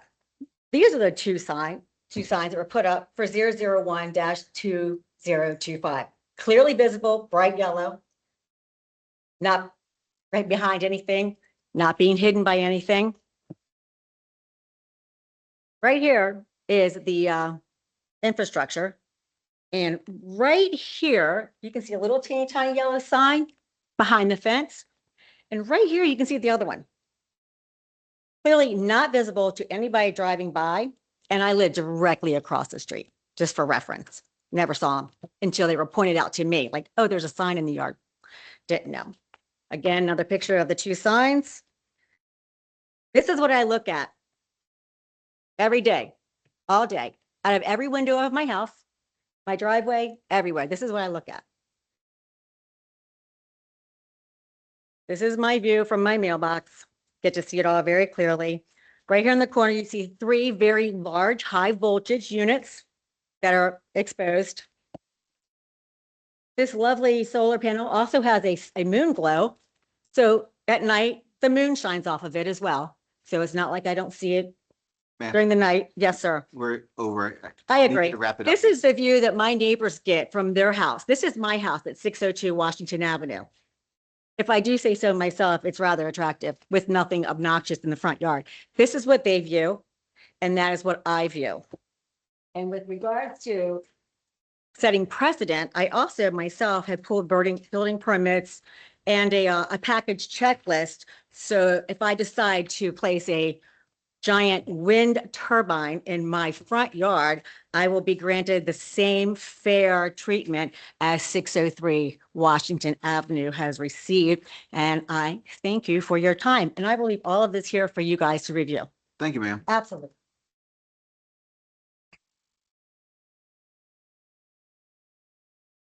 David Winkler. She's swear, sir. You actually don't need to swear somebody in just to give public comment. I got you, sir. Do you want to or not? Sure, Okay. I state your name. I, David Winkler, Solemnly swear or affirm under the penalties of perjury that the responses given, the statements made will be the whole truth and nothing but the truth. I do. Thank you, sir. Okay. Good evening. I am David Winkler. I am a former town councilman for Ward 1, and I've lived in La Plata for 40 plus years. Okay. There's quite a lot of history here. I'm here to voice my concern and opposition to the granting of a variance for 603 Washington Avenue. Given my experience and firsthand knowledge of the inner workings of the town, I can come to 2 conclusions. At best, this is another example of the town's incompetence. At worst, it's planned obfuscation of town zoning laws, okay? Inspect what you expect. I tell my kids all the time, if I can't expect you to handle the little things appropriately, why would I give you a big job to do? As evident by the fact that the notification went out with an incorrect date, it's not surprising that the town issued a permit incorrectly. What this variance is all about is simply the town trying to avoid paying the penalty of having the cost to remove these solar panels, okay? So the town acknowledged that it erred in issuing the permit because they didn't do their due diligence. They're lacking, okay? Reviewing the original application, it appears that the original plan, the trees behind the house were to be clear cut to allow for the solar panel. That was in the original application. So to your question earlier, Mr. Thorne, about does the permit meet the original guidelines? It does not. Okay. The cost to remove the number of trees was most likely prohibitive, and the solar company preferred the open field in front. The minute the footings were poured for the structure, the town should have inspected it before the first panel was erected. And at that moment, it should have been obvious that they had not followed the original site plan and that the stop work order should have been issued immediately. I understand it's not the homeowner's fault, and the town may be responsible for the cost of removal of the panels. This is not the first time, though, that a permit has been issued from this town that they failed to do the due diligence, okay? I suspect that advice was given to allow the panels to remain for a period of time, allow residents to get used to them, okay? Let the fur dry down a little bit, and then ultimately place it on an agenda prior to, is it any concert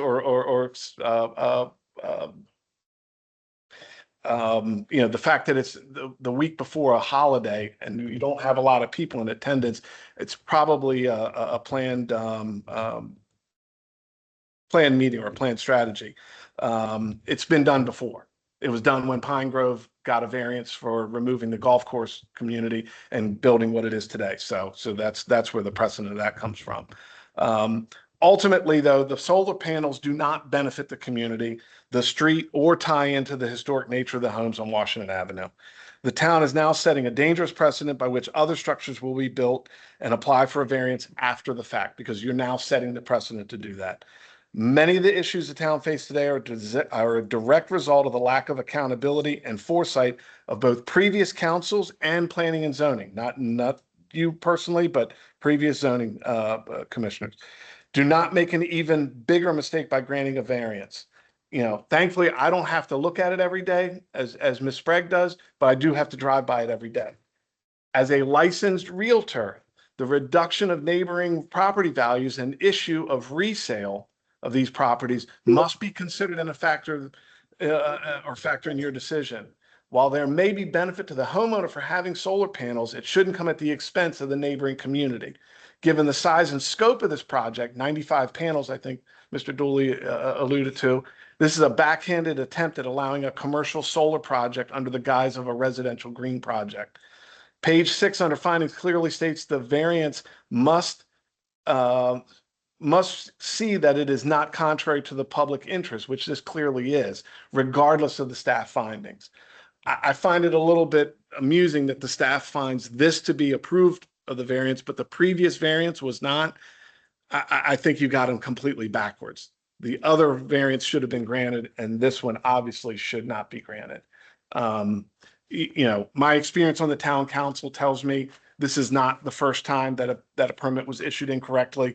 This is simply an attempt by the town to forego having the cost to remove these panels, because it's on them, because they issued, because if I'm that homeowner, I'm suing the town for saying, you granted me a permit and came back to me after the fact to say, oops, sorry, we erred on that. So this is their attempt at keeping themselves legally or keeping them out of liability for being legally responsible for these panels. Thank you for your time. Thank you for your due diligence. It's not an easy question, but hopefully you'll find the right one. Thank you, Mr. Winkler. Thank you. Any other questions?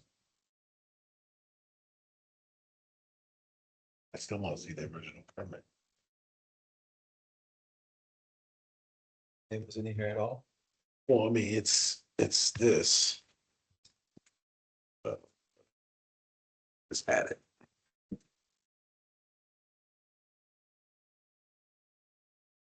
This one from May? Yeah, that's it.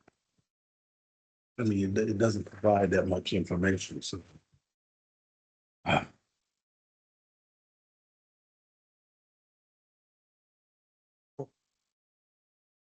And Mr. Dooley, this is the site plan that came with this permit. I'm sorry, sir, I can't. Let me look at it. It's just. This is solar energy. This is, Yes, sir.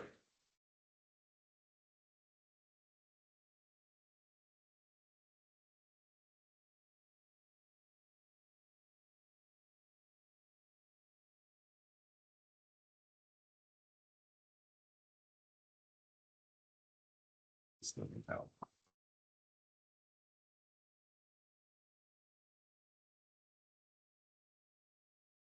It doesn't really help. Mr. Dooley, I have a couple questions for you. I'm assuming the special and unique circumstances that you mentioned earlier is based off of the environmental restraints. Correct. Was that considered when this permit was to be given, that those trees could have been removed in the backyard to put this where it should have been? Chair, I can tell you that I started, I was about maybe 15 days into my job at that point. I am not aware of the further background other than what I fundamentally was made aware of after we received the complaint about the location of the solar panels. I don't know if what may have been discussed before The only documents that I'm personally aware of, that my staff are aware of, are the ones that are presented to you tonight. Okay. Um,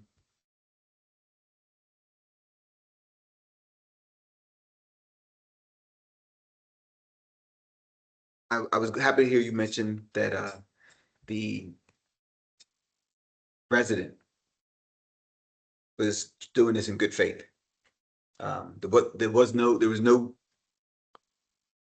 treachery or any type of deception among malice, those no. member that household. So thank you for pointing that out to us.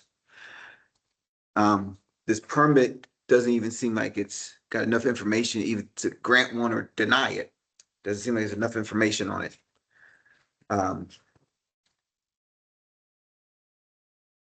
Seeing the photos and Mr. Thorne driving by and taking a look at it, I can understand why the residents of Washington are probably upset about the appearance, the aesthetics. Washington is a beautiful street. Why would I want to see a solar panel out front? And I can understand. So thank you again, Rachel? Robin, I'm sorry. And Mr. Wilkes, thank you for pointing those out to us.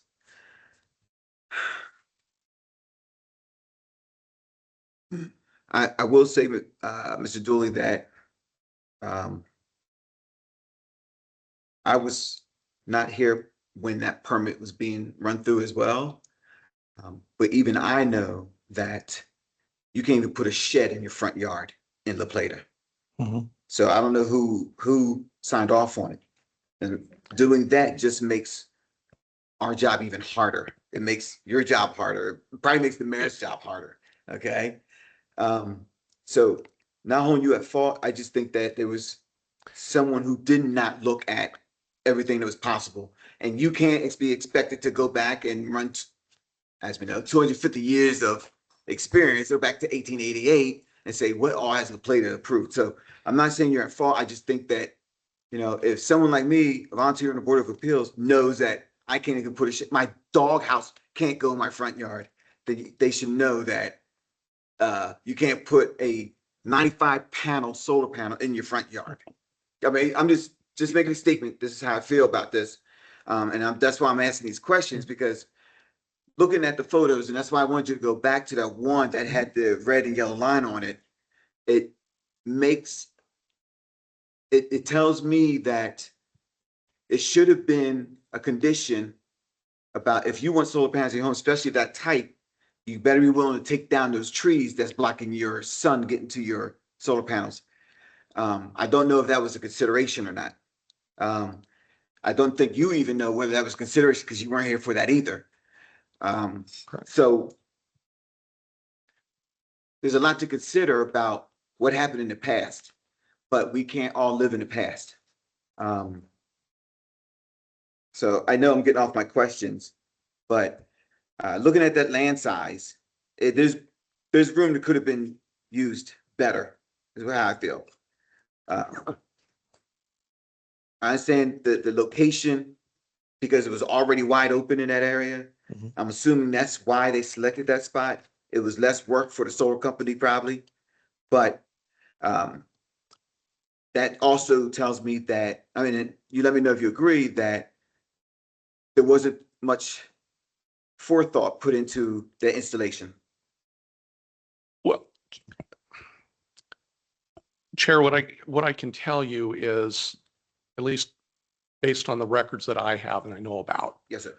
is that, first of all, to address your earlier question, there were admittedly staffing issues a year ago, and we had the department was having problems. We didn't have enough people, and people were changing roles, and there were some practical difficulties, admittedly. The permit we know now was issued in error. It's being human. These things happen. And so the question to me is not so much about who's to blame for it. Is there justification for a variance, regardless if there's a permit issued for this or not? Does the applicant's property qualify for a variance based on extenuating unique circumstances that are above and beyond their control. And it's backed up by the fact that they have a legitimate feasibility study for the location of the solar report through the solar report that was issued by Solar Energy World. As staff, at this moment, I have to rely on professionals to tell me, because I'm not a solar energy expert. I have to rely on what they in this case represent as the only viable location. And they say that at the very bottom of on the second page, it says, we have come to the conclusion that the only viable location for this array is the north yard. Septic sewer plans will show that even with the slight slope, this site will produce the necessary production of offset client usage. Not quite sure what that second part means, but the key is that they concluded that the only viable location is where they put it. And I can understand that when you start looking at the context of their property, offsite trees, the size of the trees. And so to me, regardless of the building permit being issued in error, which the staff is standing up for, I'm not taking, nobody is dodging responsibility for it. I take even when I was 2 weeks in my job, I take full responsibility for it. If I'd known about it or was there earlier, maybe I could have arrested it. I don't know. No, But there's no blame. There's no blame. No one's no, trying to I blame understand. anyone. But I guess my point is I have to look at it based on the details and the context of the property. Is there fundamental problems that prohibit the applicant from locating the solar panels where they're supposed to be? Our code says accessory structures are supposed to be at the rear of the property. And through the photograph that I showed you, there is no place to put a solar panel in the back there, because regardless if they remove those trees in the yard, the portion of the yard that they can control, they cannot control the trees that are further to the west of them that are off-site. And so we would still have the same problem. No, no, ma'am, please, hold on, please. I understand what you're saying. I do. And I agree with you. There's no way to put blame on anything except what you read on that second page. Mhm. As soon as that came across planning board's desk, someone should have wrote back and said, thank you, but no thanks. And it should have stopped right there. It should not have gone any further. So that's just my opinion. Those are my questions. Mark, do you have anything? Well, I guess my troubling concern is when it was mounted, somebody went out there, inspected, and closed the permit out. That's a problem. That's a big problem. There is, as you know, we don't, or maybe you don't, the town contracts for building services.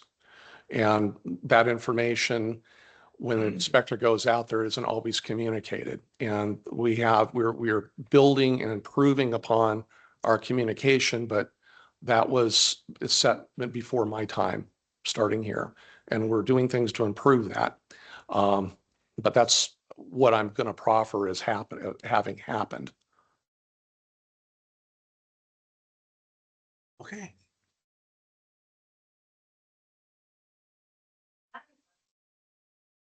Unfortunately, no, ma'am. But we haven't, we can offer them another comment if they want this time, which is Okay. That's your discussion. right. So can you keep it under 3 minutes, ma'am? Yes, sir. All right, come on up, please. Now, remember, you're still sworn in. You talk a lot.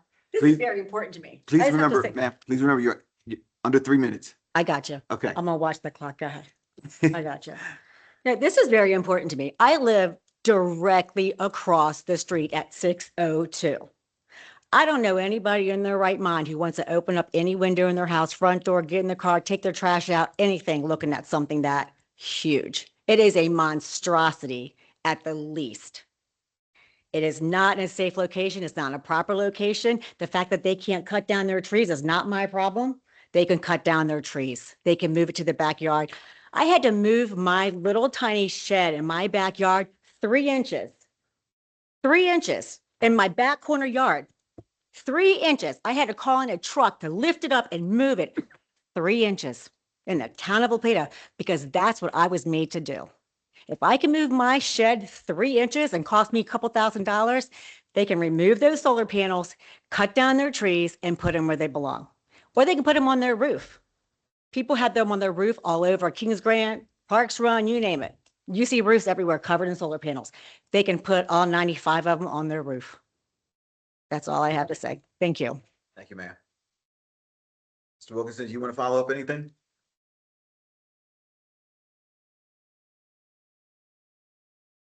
Say that it is not the town's responsibility to find the most suitable location for a homeowner who doesn't even show up tonight to stress, at least to present their side of the argument. I think the only testimony, the only comments you've heard from anyone has been against something that should have never been issued. It's not about assessing blame. What it is, it's about mitigating, making a big mistake even bigger, because now you're opening, if you approve the variance, you are now setting a precedent for future, because people, whether you want it to, whether you put it in there that, oh, no, this is a one and done. This is a one time only, we're doing it. You've opened the door for somebody to stick their foot in and say, but I need this one exception. You granted it once before, just do it one more time. And it becomes easier and easier and easier each time to grant another exception. And then before long, then we've got windmills in everybody's front yard. Understood. Thank you. Thank you, sir.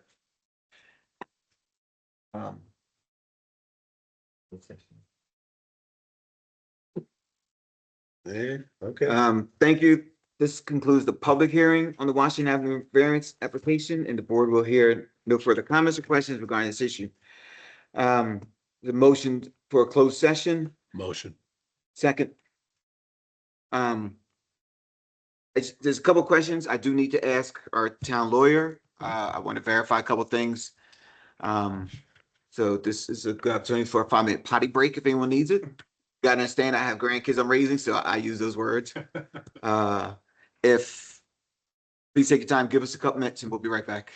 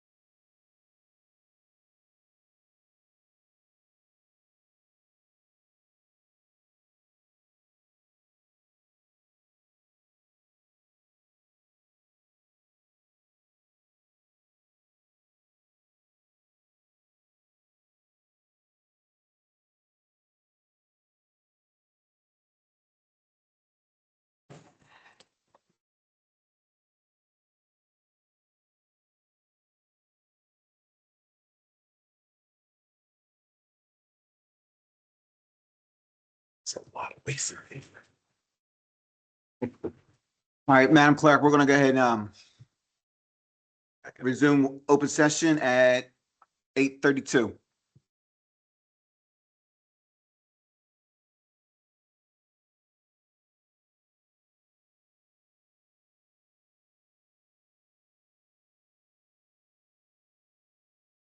So noted. Okay, before we start, I want to thank our expert witnesses that were here. Thank you for your testimonies, Mr. Wilkins. Nice to see that someone here with that kind of experience that you have, so I appreciate your inputs. Don, I know you, I'm sorry, I know you're fresh and new here. And we don't believe any of this is on you, and we're good with that. We're going to be seeking out a few things here. We will be doing a continuum on 27 May. Our clerk is going to reach out and have the applicant be here, be present. We are putting in conditions for the applicant to answer our questions and to answer on what we're going to do in this situation.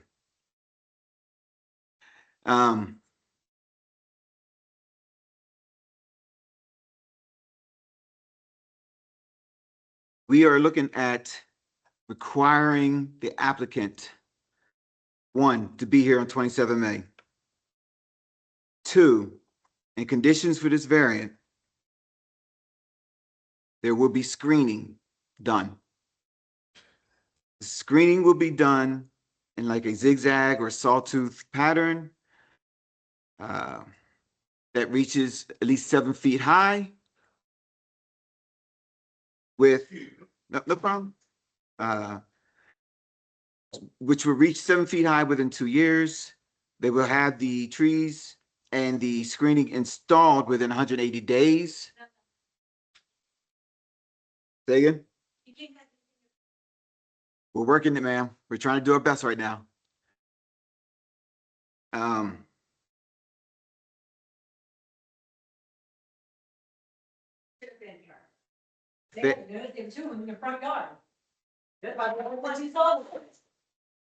Failure to meet and resolve these conditions will automatically require the applicant to remove the screening at their own cost. Chair, I think that the screening would be along both roadways. Both, yes, sir, both ways. We believe this is a fair and equitable way to come to an end on this, but we need to hear from the applicant first. Madam Clerk will be sending that out and then wait for a response by 27 May. If they're not here, then it's automatically going to be a non-compliance on their end and failure of the variance to be approved because they didn't meet the conditions. Todd, anything else? That's everything we discussed. Mark, anything?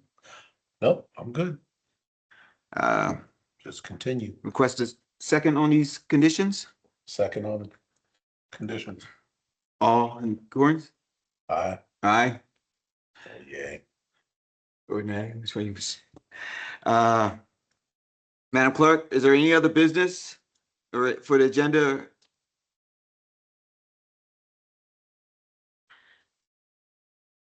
The next item on our agenda is other business. No other business at this time. All righty. I move to adjourn this meeting at 8:36. Second the motion. Approved. All in favor, please indicate yay. Aye. The meeting is adjourned.